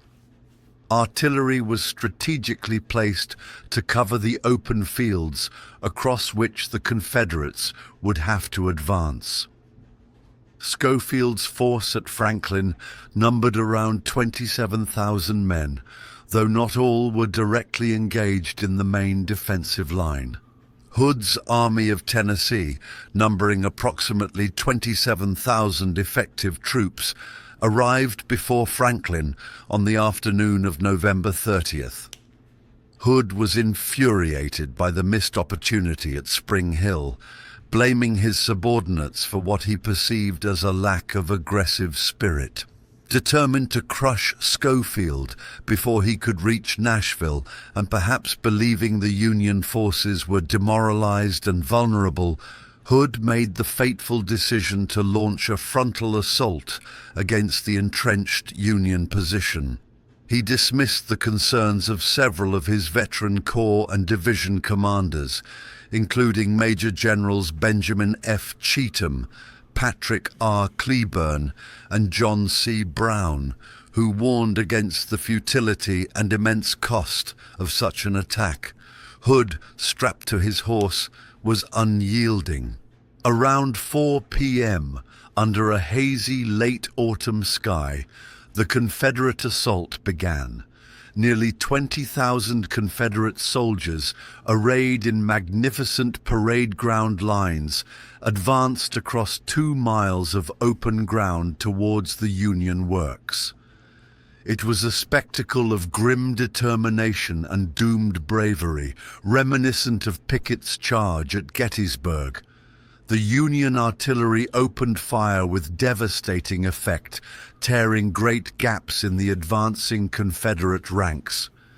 Despite the horrific casualties, the Southern soldiers pressed on with incredible valor, their battle flags waving. The initial Confederate surge, particularly by Cleburne's and Brown's divisions in the center, managed to achieve a temporary breakthrough. They overwhelmed a forward Union brigade under Colonel Emerson Opdyke that had been positioned somewhat vulnerably in front of the main line near the Carter House. These Union troops, along with some Green regiments, broke and fled towards the main entrenchments, with the Confederates in hot pursuit. For a desperate moment, it seemed the Confederate tide might sweep over the Union works. The fighting around the Carter House and its outbuildings was particularly savage and hand-to-hand. Confederate soldiers poured into the breach, and the Union line teetered on the brink of collapse. However, Colonel Opdyke, whose brigade had been held in reserve, launched a furious counterattack at the critical moment. His veterans, along with rallied elements of other units, slammed into the Confederate attackers in a desperate melee. The fighting in and around the Carter Garden, Gin House and Smokehouse was some of the most brutal of the war, with men fighting with bayonets, clubbed muskets, and even fists. Elsewhere along the line, the Confederate assaults, though pressed with incredible courage, were repulsed with heavy losses. The well-prepared Union defenses, manned by veteran troops, proved too strong. Repeated waves of Confederate attackers withered under the concentrated rifle and artillery fire. The terrain offered little cover, and the Confederates were exposed to a murderous crossfire. The battle raged with unrelenting ferocity for 5 hours, well into the darkness. The field south of Franklin became a killing ground. The sheer bravery of the Confederate soldiers was undeniable, but their sacrifice was in vain against the entrenched Union firepower. One by one, the Confederate divisions were shattered and driven back, leaving thousands of their comrades dead or wounded on the field. The toll on the Confederate leadership was catastrophic. 6 Confederate generals were killed or mortally wounded. Patrick Cleburne, one of the finest division commanders in the Confederacy, John Adams, who rode his horse onto the Union works before being shot down, States' Rights Gist, Hiram B. Granbury, Otho F. Strahl, and John C. Carter, mortally wounded. 5 other generals were wounded, and 1 was captured. This decimation of its officer corps was a blow from which the Army of Tennessee would never fully recover. By 9 p.m., the main Confederate assaults had ceased, though skirmishing and artillery fire continued for some time. Hood's army was shattered and demoralized. The ground in front of the Union lines was carpeted with Confederate dead and wounded. The Battle of Franklin was one of the bloodiest and most lopsided engagements of the war in terms of casualties. The Confederates suffered over 6,252 casualties, including 1,750 killed and 3,800 wounded. Union casualties were significantly lighter, totaling 2,326, with 189 killed and 1,033 wounded. Under the cover of darkness, Schofield successfully withdrew his army across the Harpeth River and continued his retreat to Nashville, leaving Franklin to the Confederates. While technically a Confederate victory in that they held the field, Franklin was a Pyrrhic victory of the worst kind for Hood. He had crippled his army, losing a huge proportion of his best men and most experienced leaders for no significant strategic gain. The aftermath of the Battle of Franklin was horrific. The Canton plantation, located near the battlefield, was converted into a massive field hospital, its floors stained with the blood of thousands of Confederate soldiers. The citizens of Franklin were left to deal with the gruesome task of burying the dead. The sheer scale of the slaughter in such a concentrated area shocked even hardened veterans. Despite the devastating losses at Franklin, John Bell Hood, in a display of almost delusional determination, pressed on towards Nashville. His army, though severely weakened and demoralized, still posed a threat that Major General George H. Thomas had to address. The stage was set for the final decisive confrontation at the Battle of Nashville just 2 weeks later. The Battle of Franklin is often called the Pickett's Charge of the West, a testament to the bravery of the attacking soldiers and the tragic futility of their sacrifice. It was a desperate gamble by Hood that resulted in the virtual destruction of the fighting capability of the Army of Tennessee. The valor displayed by the soldiers on both sides was immense, but the battle stands as a grim reminder of the terrible cost of frontal assaults against entrenched positions and the tragic consequences of flawed generalship. The fields of Franklin became a hallowed ground, forever associated with one of the Civil War's most concentrated and heartbreaking slaughters. Following the catastrophic Confederate losses at the Battle of Franklin on November 30th, 1864, Lieutenant General John Bell Hood's battered Army of Tennessee, depleted in manpower and crippled by the loss of so many key generals, limped towards Nashville. Despite the horrific sacrifice at Franklin, Hood remained grimly determined to continue his Tennessee campaign. His hope was to capture the strategically vital city of Nashville, a major Union supply base, and somehow revive Confederate fortunes in the Western theater.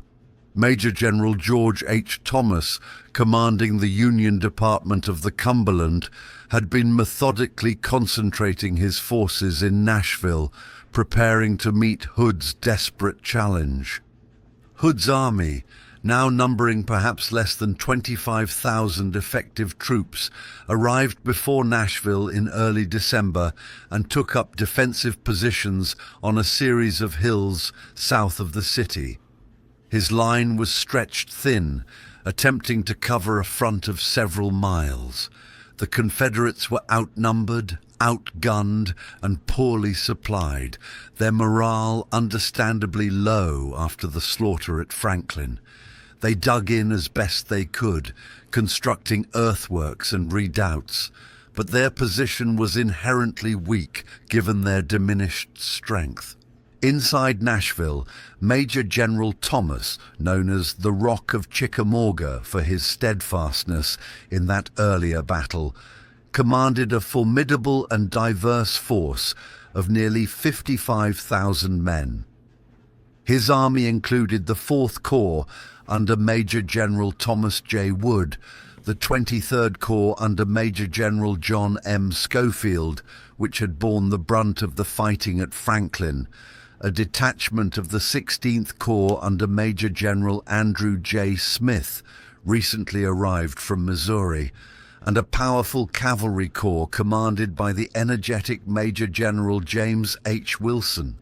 Thomas also had a significant number of garrison troops, quartermaster employees, and even armed civilians who could bolster the city's defenses.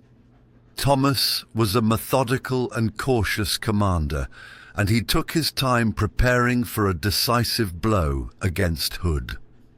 This patience, however, drew criticism from Lieutenant General Ulysses S. Grant and officials in Washington, who were anxious for a quick victory and feared Hood might slip away or move north into Kentucky.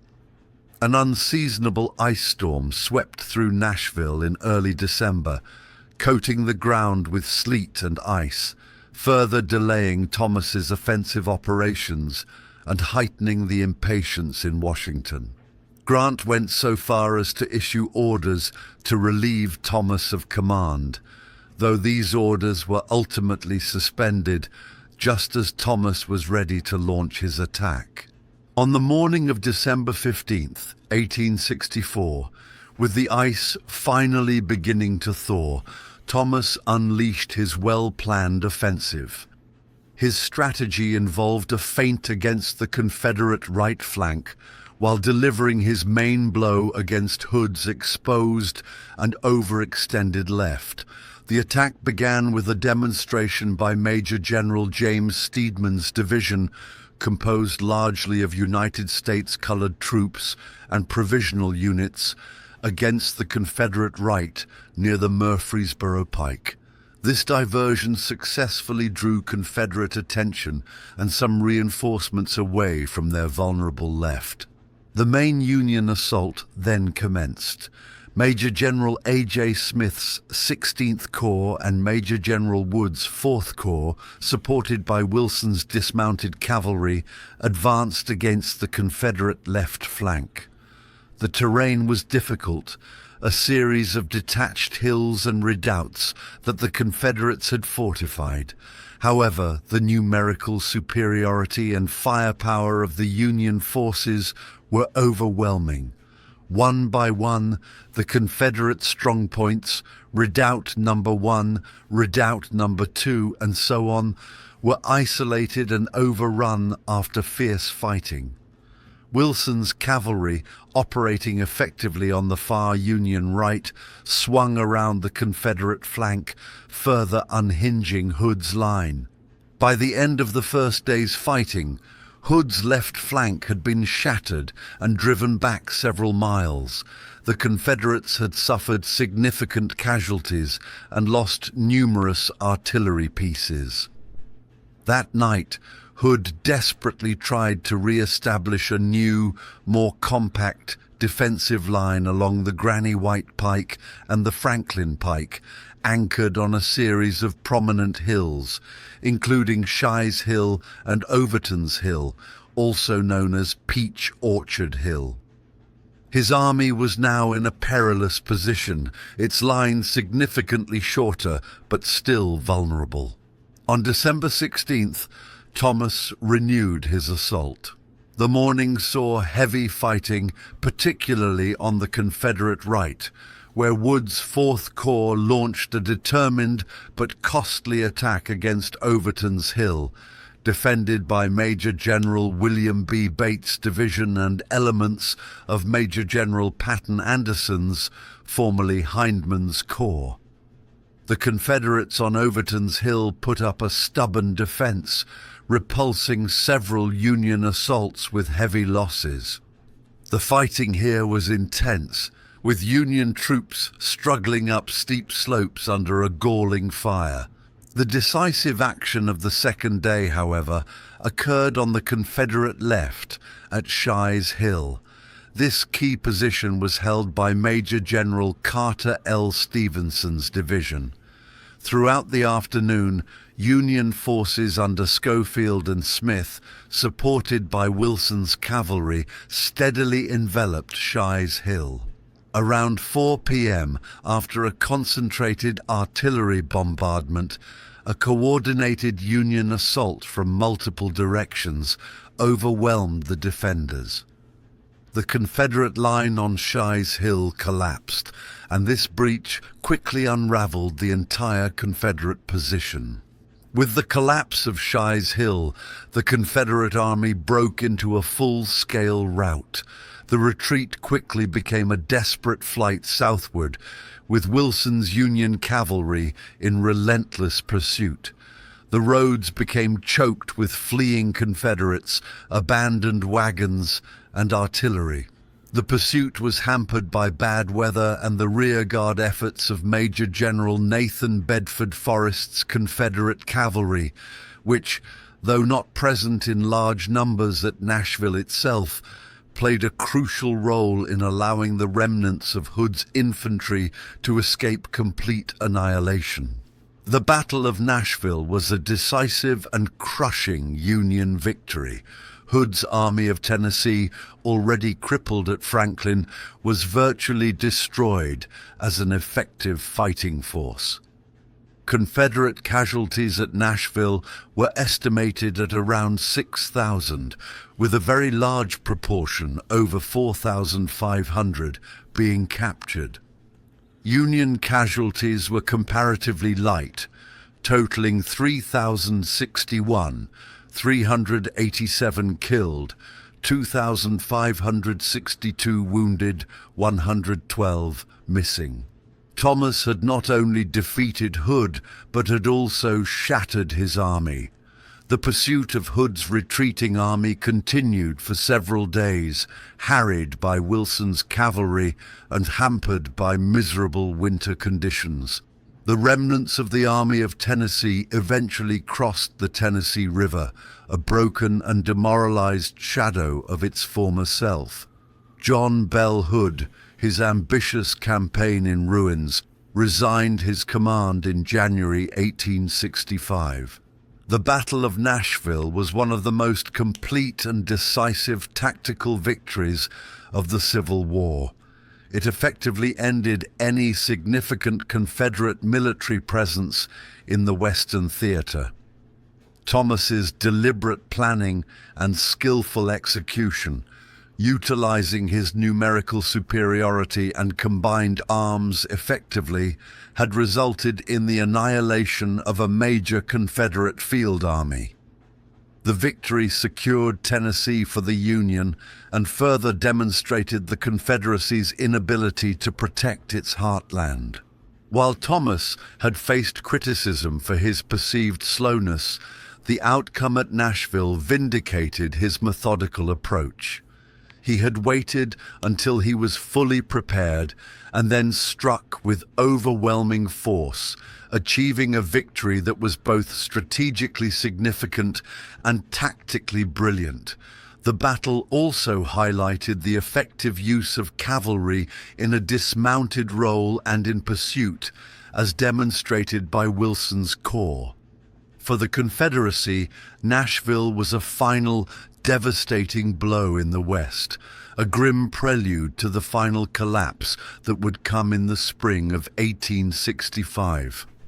The desperate gamble that began with Hood's invasion of Tennessee ended in utter ruin on the frozen fields south of Nashville.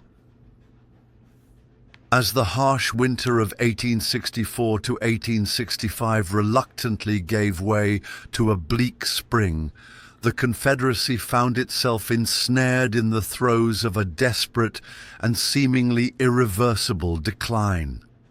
The long and brutal siege of Petersburg, which had commenced in June 1864, had ground down General Robert E. Lee's once formidable army of Northern Virginia. His soldiers, stretched thin along miles of elaborate trenches and fortifications encircling Petersburg and the Confederate capital of Richmond, were gaunt from meager rations, shivering in tattered uniforms, and increasingly demoralized by the relentless pressure from Lieutenant General Ulysses S. Grant's numerically superior and well-supplied Union armies. Desertions from the Confederate ranks had become a torrent, sapping Lee's already dwindling strength. Beyond the grim stalemate at Petersburg, the strategic situation for the Confederacy was catastrophic. Major General William T. Sherman's Union forces had carved a destructive path through Georgia and were now advancing northward through the Carolinas, threatening Lee's tenuous supply lines and the Confederate heartland. In the Shenandoah Valley, Major General Philip Sheridan had decisively crushed Confederate resistance, eliminating it as a source of sustenance and a viable theater of operations for the South. Lee understood with stark clarity that to remain passive in the trenches was to invite slow strangulation. His army, numbering perhaps 50,000 effectives, faced Grant's burgeoning host of over 125,000. Time was an enemy, and Grant was preparing to use his numerical advantage to extend his lines westward, further threatening the South Side Railroad, Lee's last vital supply artery into Petersburg. In this dire predicament, Lee felt compelled to consider a desperate gamble. He needed to disrupt Grant's impending offensive, force the Union commander to contract his lines, or, at the very least, create an opportunity for the Army of Northern Virginia to abandon the Petersburg-Richmond defenses and attempt a perilous retreat southward to link up with General Joseph E. Johnston's depleted forces in North Carolina. Such a combined force might, Lee hoped, be able to defeat Sherman and then turn back to confront Grant. It was a long shot, born of desperation, but inaction promised certain doom. The genesis of the plan for a surprise offensive came from one of Lee's most aggressive and trusted corps commanders, Major General John Brown Gordon. Gordon, a charismatic Georgian, proposed a daring pre-dawn assault on a specific point in the Union siege lines, Fort Stedman. Located on Hares Hill, Fort Stedman was part of the Union 9th Corps sector, commanded by Major General John G. Parke. Several factors made Fort Stedman an appealing, if risky, target. The opposing Confederate lines, known as Colquitt's Salient, were exceptionally close to Fort Stedman at this point, barely 150 yards apart, minimizing the distance the attackers would have to cross under fire. The ground between the lines was relatively clear of major obstructions. Furthermore, a crucial Union supply depot and the United States Military Railroad lay less than a mile behind Fort Stedman. If this railroad could be seized and the Union lines breached decisively, it could throw Grant's logistics into chaos and potentially force him to shorten his siege lines.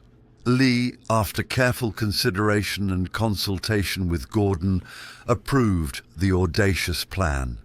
The attack was scheduled for the early morning hours of March 25, 1865. Gordon was to lead the assault with approximately half of Lee's available infantry, a force numbering around 10,000 to 11,000 men drawn from his own corps, as well as divisions under Major General Bushrod Johnson and Pickett's division, though most of Pickett's men would arrive too late to participate effectively. The plan was intricate and relied heavily on achieving complete surprise. Gordon's plan involved several phases. First, picked parties of sharpshooters and engineers, some masquerading as deserters to deceive Union pickets, would stealthily advance, overwhelm the Union sentries, and remove any wooden chevaux de frise or abattis obstructing the path to Fort Stedman. Immediately following them, 3 columns of 100 hand-picked men each would storm Fort Stedman and the adjacent batteries X and Troutzind. Once these primary fortifications were secured, these lead troops were to push rapidly into the Union rear, creating confusion and seizing what were believed to be secondary Union forts or batteries. The main body of Gordon's infantry would then pour through the breach, fanning out north and south to widen the gap in the Union lines. Cavalry under Major General W.H.F. Rooney Lee was to exploit the breakthrough, sever telegraph lines, destroy pontoon bridges, and raid the Union supply depot at City Point, Grant's headquarters. In the pre-dawn darkness of March 25th, around 4 a.m., Gordon's meticulously planned assault commenced. The initial movements achieved remarkable success. The lead parties, moving like ghosts in the gloom, managed to surprise and silence many of the Union pickets from the 1st Brigade, 1st Division of the 9th Corps. The engineers quickly cleared paths through the obstructions. The 3 assault columns, with unloaded muskets to prevent accidental firing that might raise an alarm, surged across the narrow no-man's land and into Fort Stedman and batteries X and Ixie. The Union garrisons, primarily composed of regiments from Pennsylvania and New York, were caught largely unprepared. Many were asleep in their bomb-proofs and were quickly overwhelmed. Fort Stedman, with its artillery, fell into Confederate hands with surprising ease.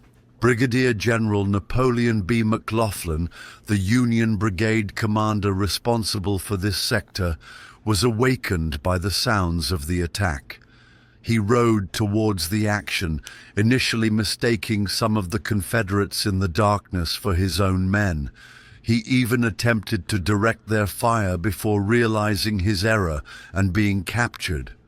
For a brief period, the Confederates had achieved a significant breach, nearly 1,000 feet wide, in the formidable Union siege lines. Gordon himself entered Fort Stedman to direct the next phase of the operation. However, the initial Confederate success soon began to unravel.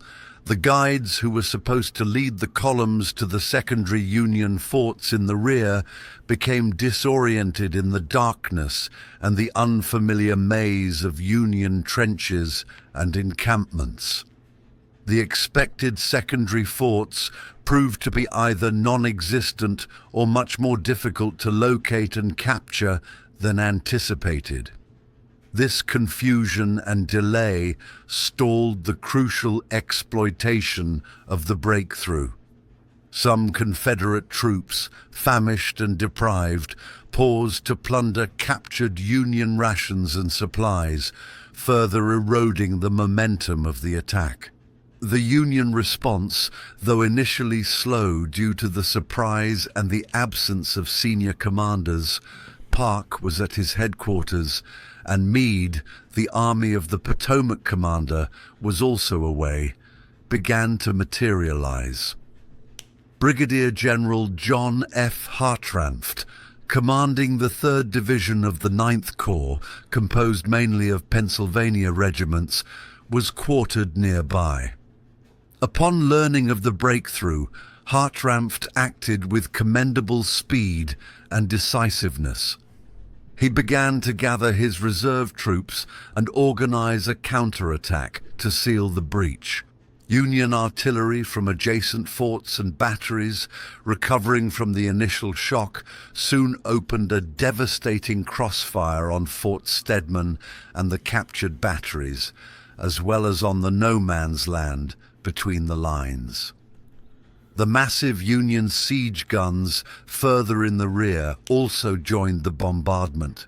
This concentrated artillery fire made it increasingly perilous for Confederate reinforcements to cross from Colquitt's salient to support Gordon's men in the captured works, and it pinned down those Confederates who had already made it across. Gordon, inside Fort Stedman, realized that his attack was faltering. The supporting columns had not fanned out as planned. The expected breakthrough into the Union rear had not materialized, and Union resistance was stiffening rapidly. The sky was beginning to lighten with the approach of dawn, which would expose his men to even more accurate Union fire. Lee, who had ridden to a vantage point to observe the battle, also recognized the deteriorating situation. By 7:30 a.m., Hartranft had assembled a powerful counter-attacking force. He skillfully deployed his Pennsylvania regiments, forming a semicircle around the Confederate penetration. With Union artillery pounding Fort Stedman, Hartranft ordered his men forward. The Union counterattack was determined and well coordinated. The Confederates, caught in a deadly crossfire, outnumbered and with their initial elan gone, could not withstand the pressure. The fighting became desperate as Hartranft's men pressed in. Confederates who had been unable to retreat were trapped. Many were forced to surrender. Others attempted a hazardous dash back across the open ground to their own lines, suffering heavy casualties from the Union fusillade. By 8 a.m., Fort Stedman and the captured batteries were back in Union hands. The Confederate gamble had failed. The Battle of Fort Stedman was a costly and unequivocal defeat for the Army of Northern Virginia. Confederate casualties were severe, estimated at around 4,000 men, approximately 600 killed, 2,400 wounded, and 1,000 missing or captured. This represented nearly 10% of Lee's effective infantry strength, a loss he could ill afford. Union casualties were significantly lighter, totaling around 1,044, 72 killed, 450 wounded, and 522 missing or captured, many of the missing being those initially taken prisoner in Fort Stedman. Beyond the immediate tactical failure and the heavy casualties, the Battle of Fort Stedman had broader, more damaging consequences for the Confederacy. Lee's last major offensive effort of the war had been decisively repulsed. The attack not only failed to break Grant's siege lines or disrupt his plans, but actually weakened Lee's own defenses. To gather the troops for Gordon's assault, Lee had been forced to thin out other sectors of his line. Grant, ever vigilant, quickly recognized this. While the main action was unfolding at Fort Stedman, he ordered probes and attacks against other parts of the Confederate defenses. Elements of the Union 2nd and 6th Corps launched successful assaults against the Confederate picket lines southwest of Petersburg, capturing entrenched positions that had been weakened to supply troops for Gordon's attack. These gains provided the Union forces with more advantageous positions from which to launch future assaults on Lee's main lines. The failure at Fort Stedman was a devastating blow to Confederate morale, already fragile. It demonstrated with brutal clarity that the Army of Northern Virginia, despite its courage and the ingenuity of its commanders, no longer possessed the strength to break the Union stranglehold.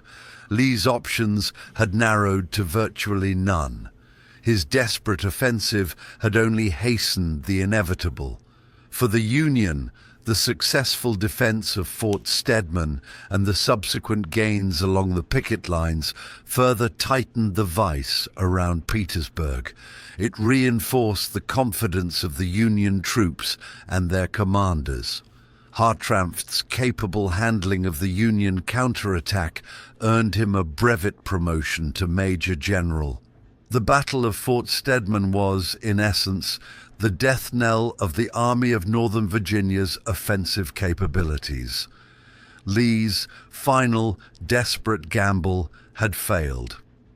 Just 1 week later, on April 1st, Grant would launch the offensive that Lee had sought to preempt, leading to the decisive Union victory at the Battle of Five Forks. This, in turn, forced Lee to abandon Petersburg and Richmond on April 2nd, commencing the Appomattox Campaign and the final chapter of the Civil War in Virginia. The pre-dawn assault on a snow-dusted fort, born of desperation, had only served to illuminate the Confederacy's path to ruin. The desperate Confederate assault on Fort Stedman on March 25, 1865, had been a bloody failure, a last-gasp offensive that only served to further deplete General Robert E. Lee's beleaguered Army of Northern Virginia and tighten Lieutenant General Ulysses S. Grant's stranglehold on Petersburg. Grant, recognizing Lee's weakened state, immediately seized the initiative. His strategic objective remained clear: to sever the South Side Railroad, Lee's last vital supply line into Petersburg, and force the Confederate Army out of its extensive entrenchments. The key to unlocking this final artery lay at a rural crossroads known as Five Forks, located about 14 miles southwest of Petersburg. Control of Five Forks meant control of the White Oak Road, which ran parallel to the South Side Railroad and would effectively turn Lee's right flank, making his entire defensive position untenable. To execute this critical maneuver, Grant entrusted the operation to his aggressive and highly capable cavalry commander, Major General Philip H. Sheridan. Sheridan was given a powerful combined force, his own formidable cavalry corps, consisting of divisions under Brigadier Generals Thomas Devin, George Armstrong Custer, and George Crook, though Crook's division was often referred to as the Army of the Shenandoah's Cavalry, and Major General Gouverneur K. Warren's 5 Corps of Infantry from the Army of the Potomac. Altogether, Sheridan commanded a mobile striking force of approximately 22,000 men. His orders were to move against Five Forks, destroy or capture any Confederate forces defending it, and seize the South Side Railroad. Lee, acutely aware of the threat to his western flank and the crucial railroad, dispatched a significant portion of his remaining mobile troops to counter Sheridan. He entrusted this vital sector to Major General George E. Pickett, whose infantry division, though depleted, still contained veteran Virginia regiments. Pickett's command was augmented by several brigades of cavalry under Major General W.H.F. Rooney Lee, Robert E. Lee's son, Major General Thomas L. Rosser, and Brigadier General Thomas T. Munford, bringing Pickett's total force to around 10,600 men. Lee's instructions to Pickett were emphatic: hold Five Forks at all hazards. The survival of the Army of Northern Virginia depended on it. The preliminary movements began on March 29th, as Sheridan's cavalry and Warren's infantry advanced through rain-soaked terrain, encountering increasingly stiff Confederate resistance. On March 31st, at the Battle of Dinwiddie Court House, south of Five Forks, Pickett's combined infantry and cavalry force launched a surprisingly strong attack against Sheridan's cavalry, temporarily driving them back and creating a precarious situation for the Union troopers. Sheridan, however, managed to rally his men and establish a defensive line. Warren's V Corps, delayed by muddy roads and difficult stream crossings, was not yet in a position to offer immediate support, a circumstance that would later contribute to controversy.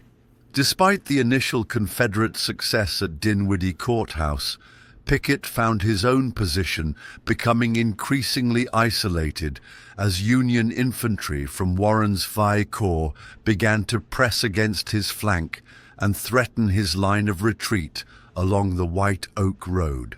Consequently, on the night of March 31st, Pickett withdrew his forces northward to the Five Forks intersection itself. Here, his men hastily constructed a defensive line of log and earth breastworks along the White Oak Road, facing primarily south. The line was about 1.75 miles long, with its left flank refused, bent back at an angle to protect against an anticipated flanking maneuver. This refused flank, however, would prove to be the weak point in the Confederate defenses. April 1st, 1865, dawned with Sheridan eager to crush Pickett's isolated command. He planned to use his cavalry, fighting dismounted, to pin down the Confederate front and right flank, while Warren's V Corps would deliver the main assault, striking Pickett's exposed left flank and rolling up the Confederate line. The attack was scheduled for the afternoon, allowing time for Warren's infantry to maneuver into position. However, the deployment of the V Corps was plagued by delays and misunderstandings regarding the precise location of the Confederate left flank, which was obscured by dense woods.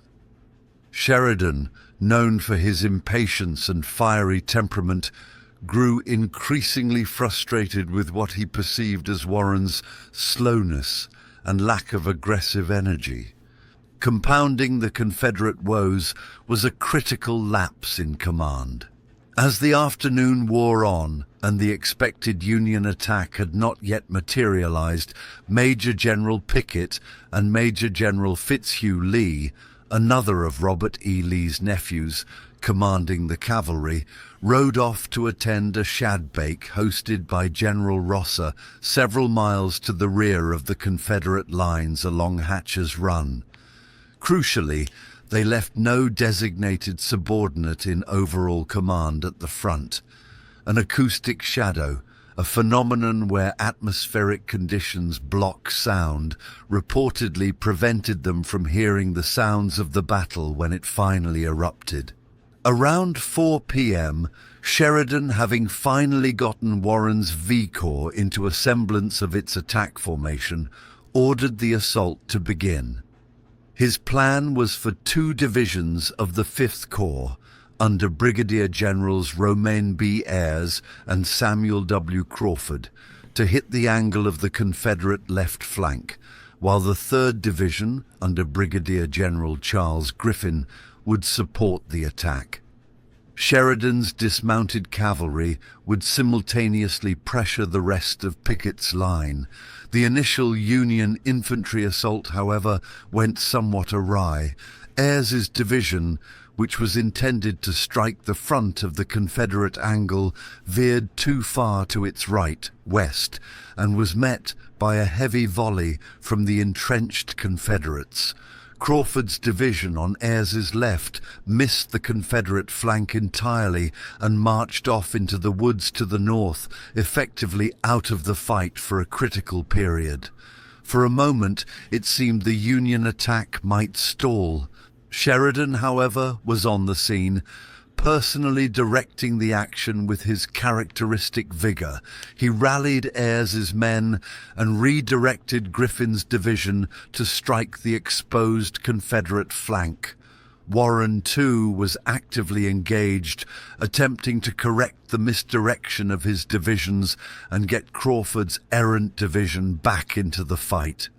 Despite the initial confusion, the sheer weight of the Union numbers and firepower began to tell. Ayres's division, after a fierce struggle, managed to breach the Confederate entrenchments at the angle.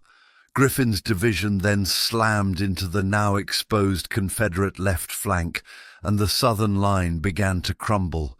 The Confederates, many of whom were dismounted cavalrymen fighting as infantry, fought stubbornly but were overwhelmed. The refused flank, which was supposed to protect them, became a trap.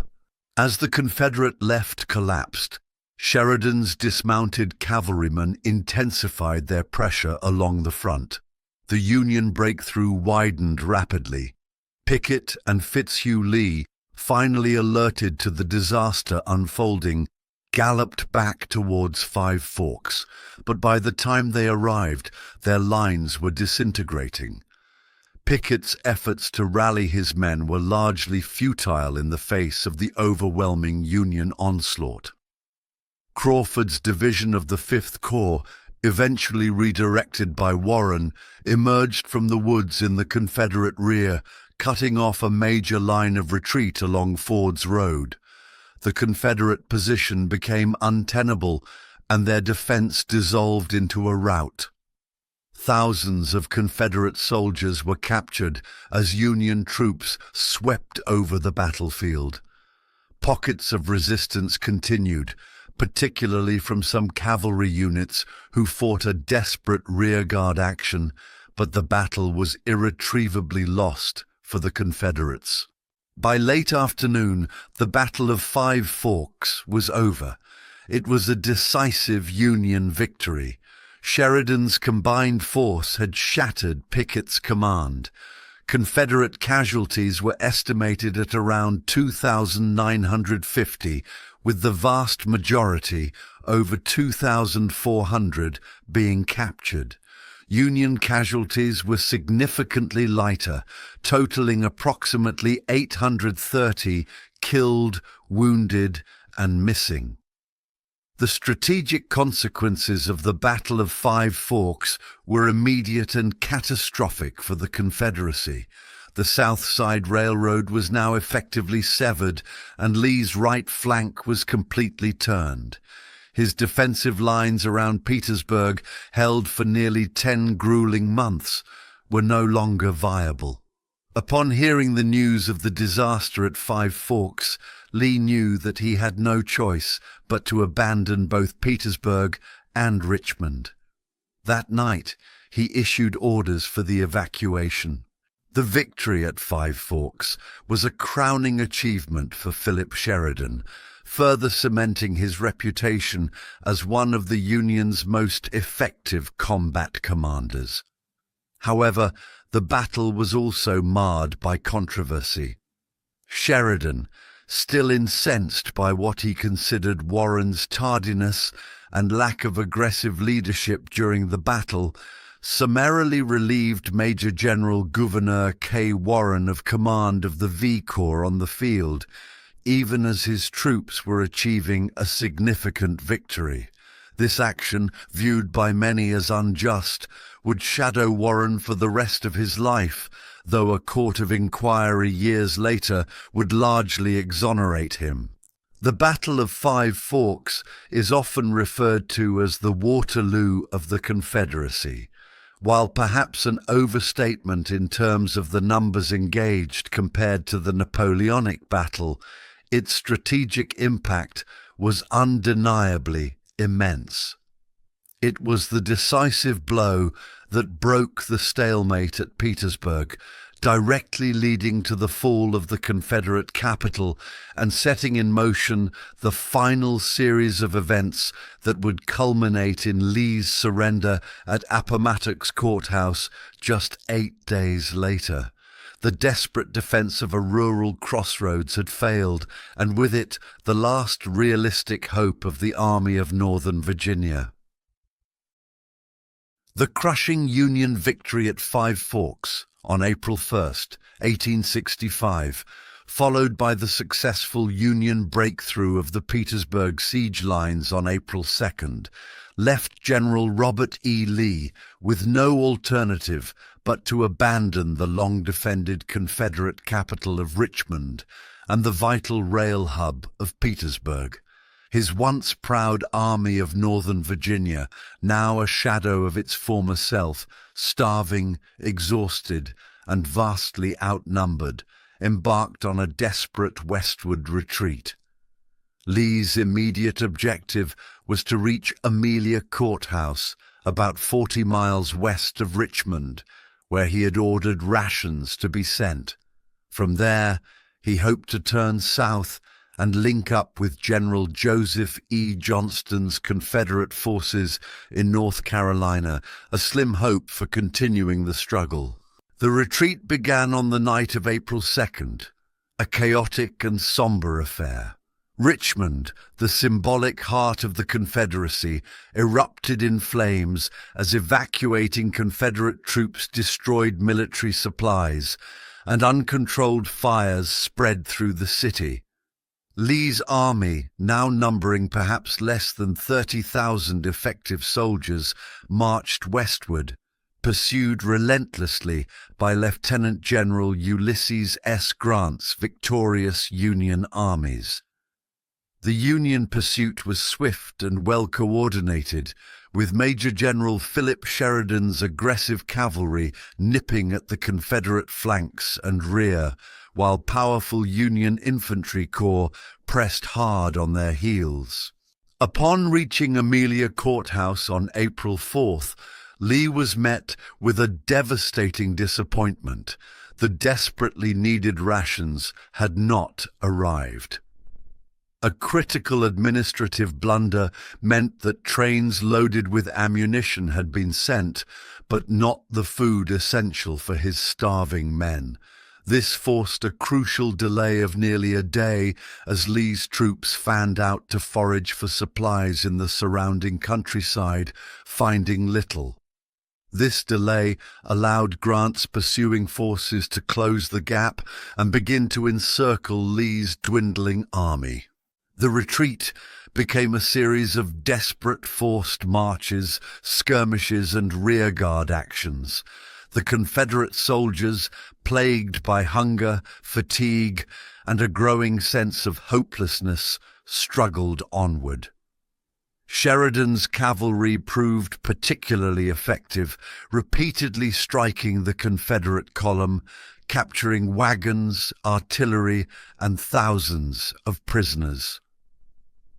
On April 6th, at the Battle of Sailor's Creek, also Sailor's Creek, a significant portion of Lee's army, nearly a quarter of his remaining force, including several generals like Richard S. Ewell, Joseph B. Kershaw, and Custis Lee, Robert E. Lee's son, was cut off and overwhelmed by Sheridan's cavalry and elements of the 2nd and 6th Union Army Corps. This disaster was a crippling blow, further diminishing Lee's numbers and shattering the morale of those who remained. Lee, witnessing the debacle at Sailor's Creek from a nearby bluff, was reported to have exclaimed, "My God, has the army been dissolved?" Though not yet dissolved, it was rapidly disintegrating. The path southward to join Johnston was now effectively blocked by Union forces. Lee's only remaining hope was to reach Lynchburg, another Virginia city to the west, where supplies were believed to be available and from where he might be able to escape into the mountains. The pursuit continued relentlessly.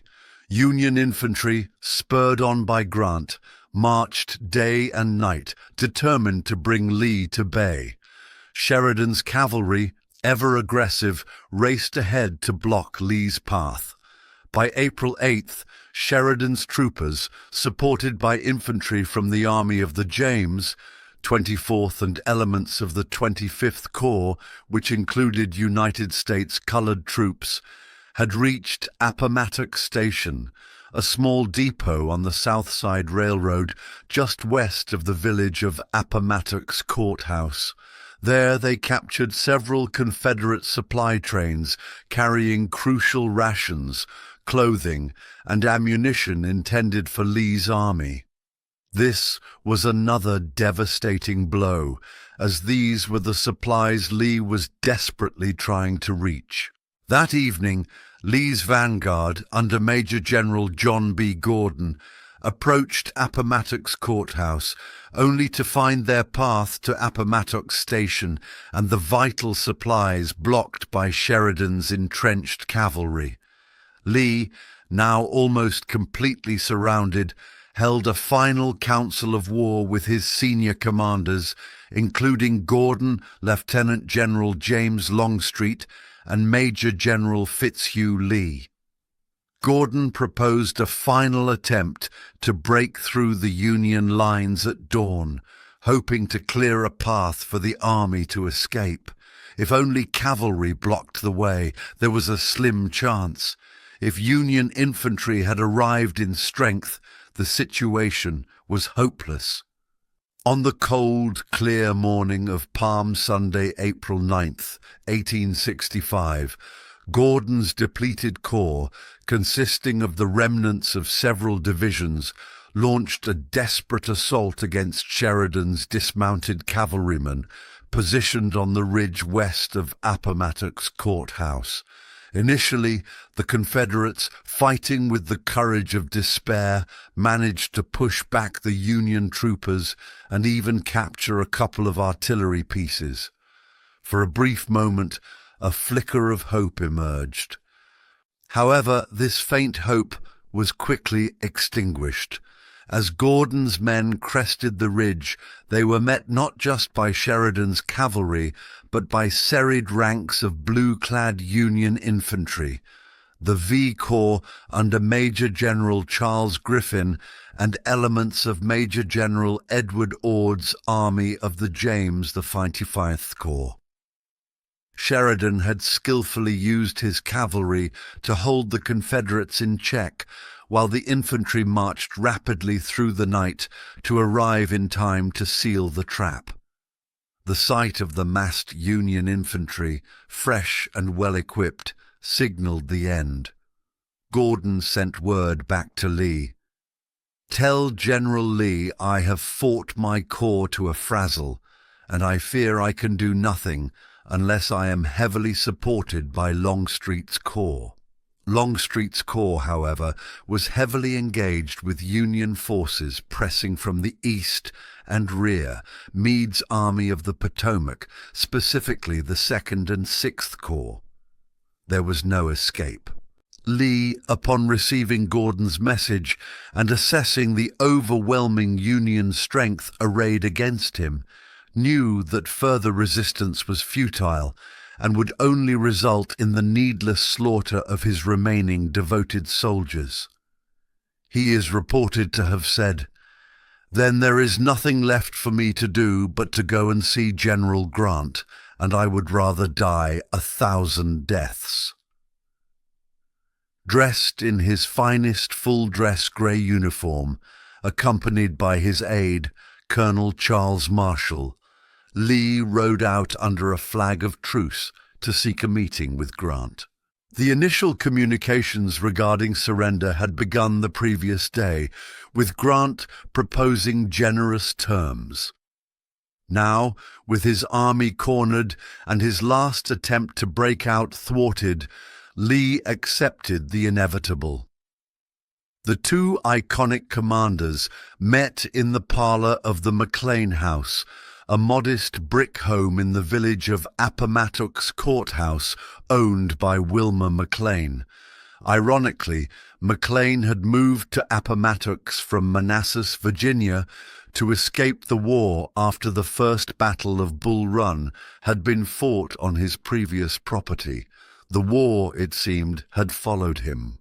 The meeting between Grant and Lee, which began around 1:30 p.m., was a study in contrasts. Grant, dressed in a mud-spattered private's uniform with only his shoulder straps indicating his rank, appeared somewhat dishevelled but composed. Lee, immaculate and dignified despite the crushing defeat, maintained his stoic bearing. The initial conversation was polite, even reminiscent of their service together in the Mexican-American War.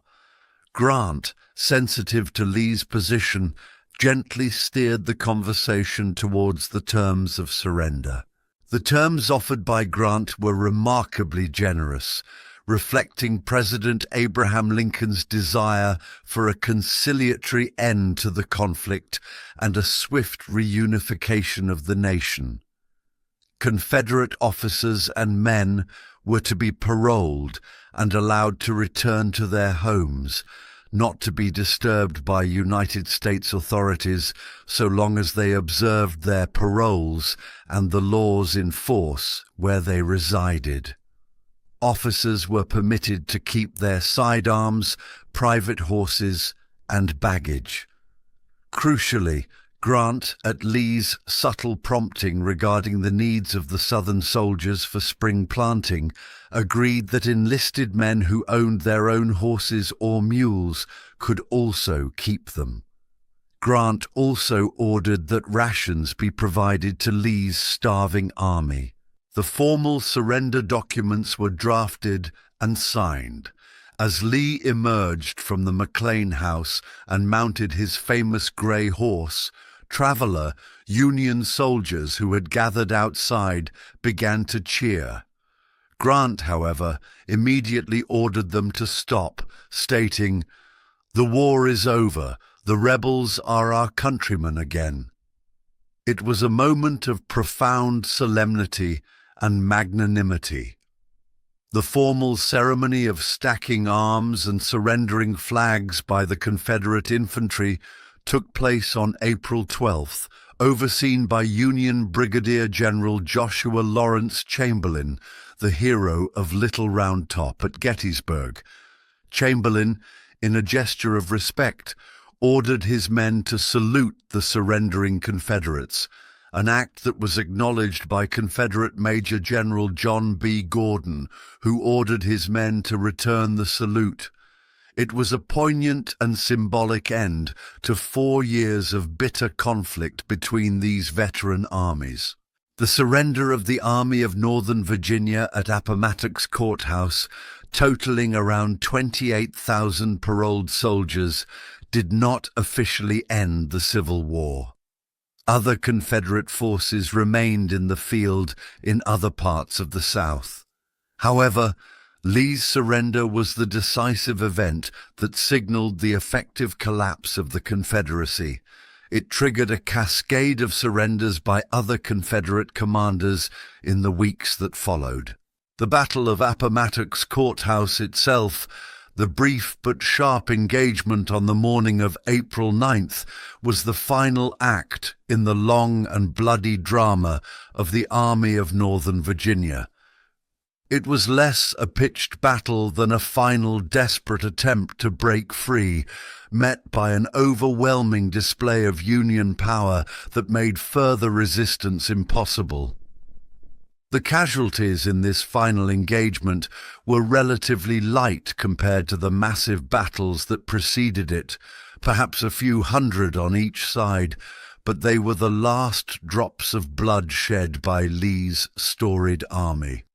The true significance of Appomattox lay not in the fighting that morning, but in the momentous act of surrender that afternoon, an act that set the United States on the difficult path toward healing and reunification after its most devastating conflict.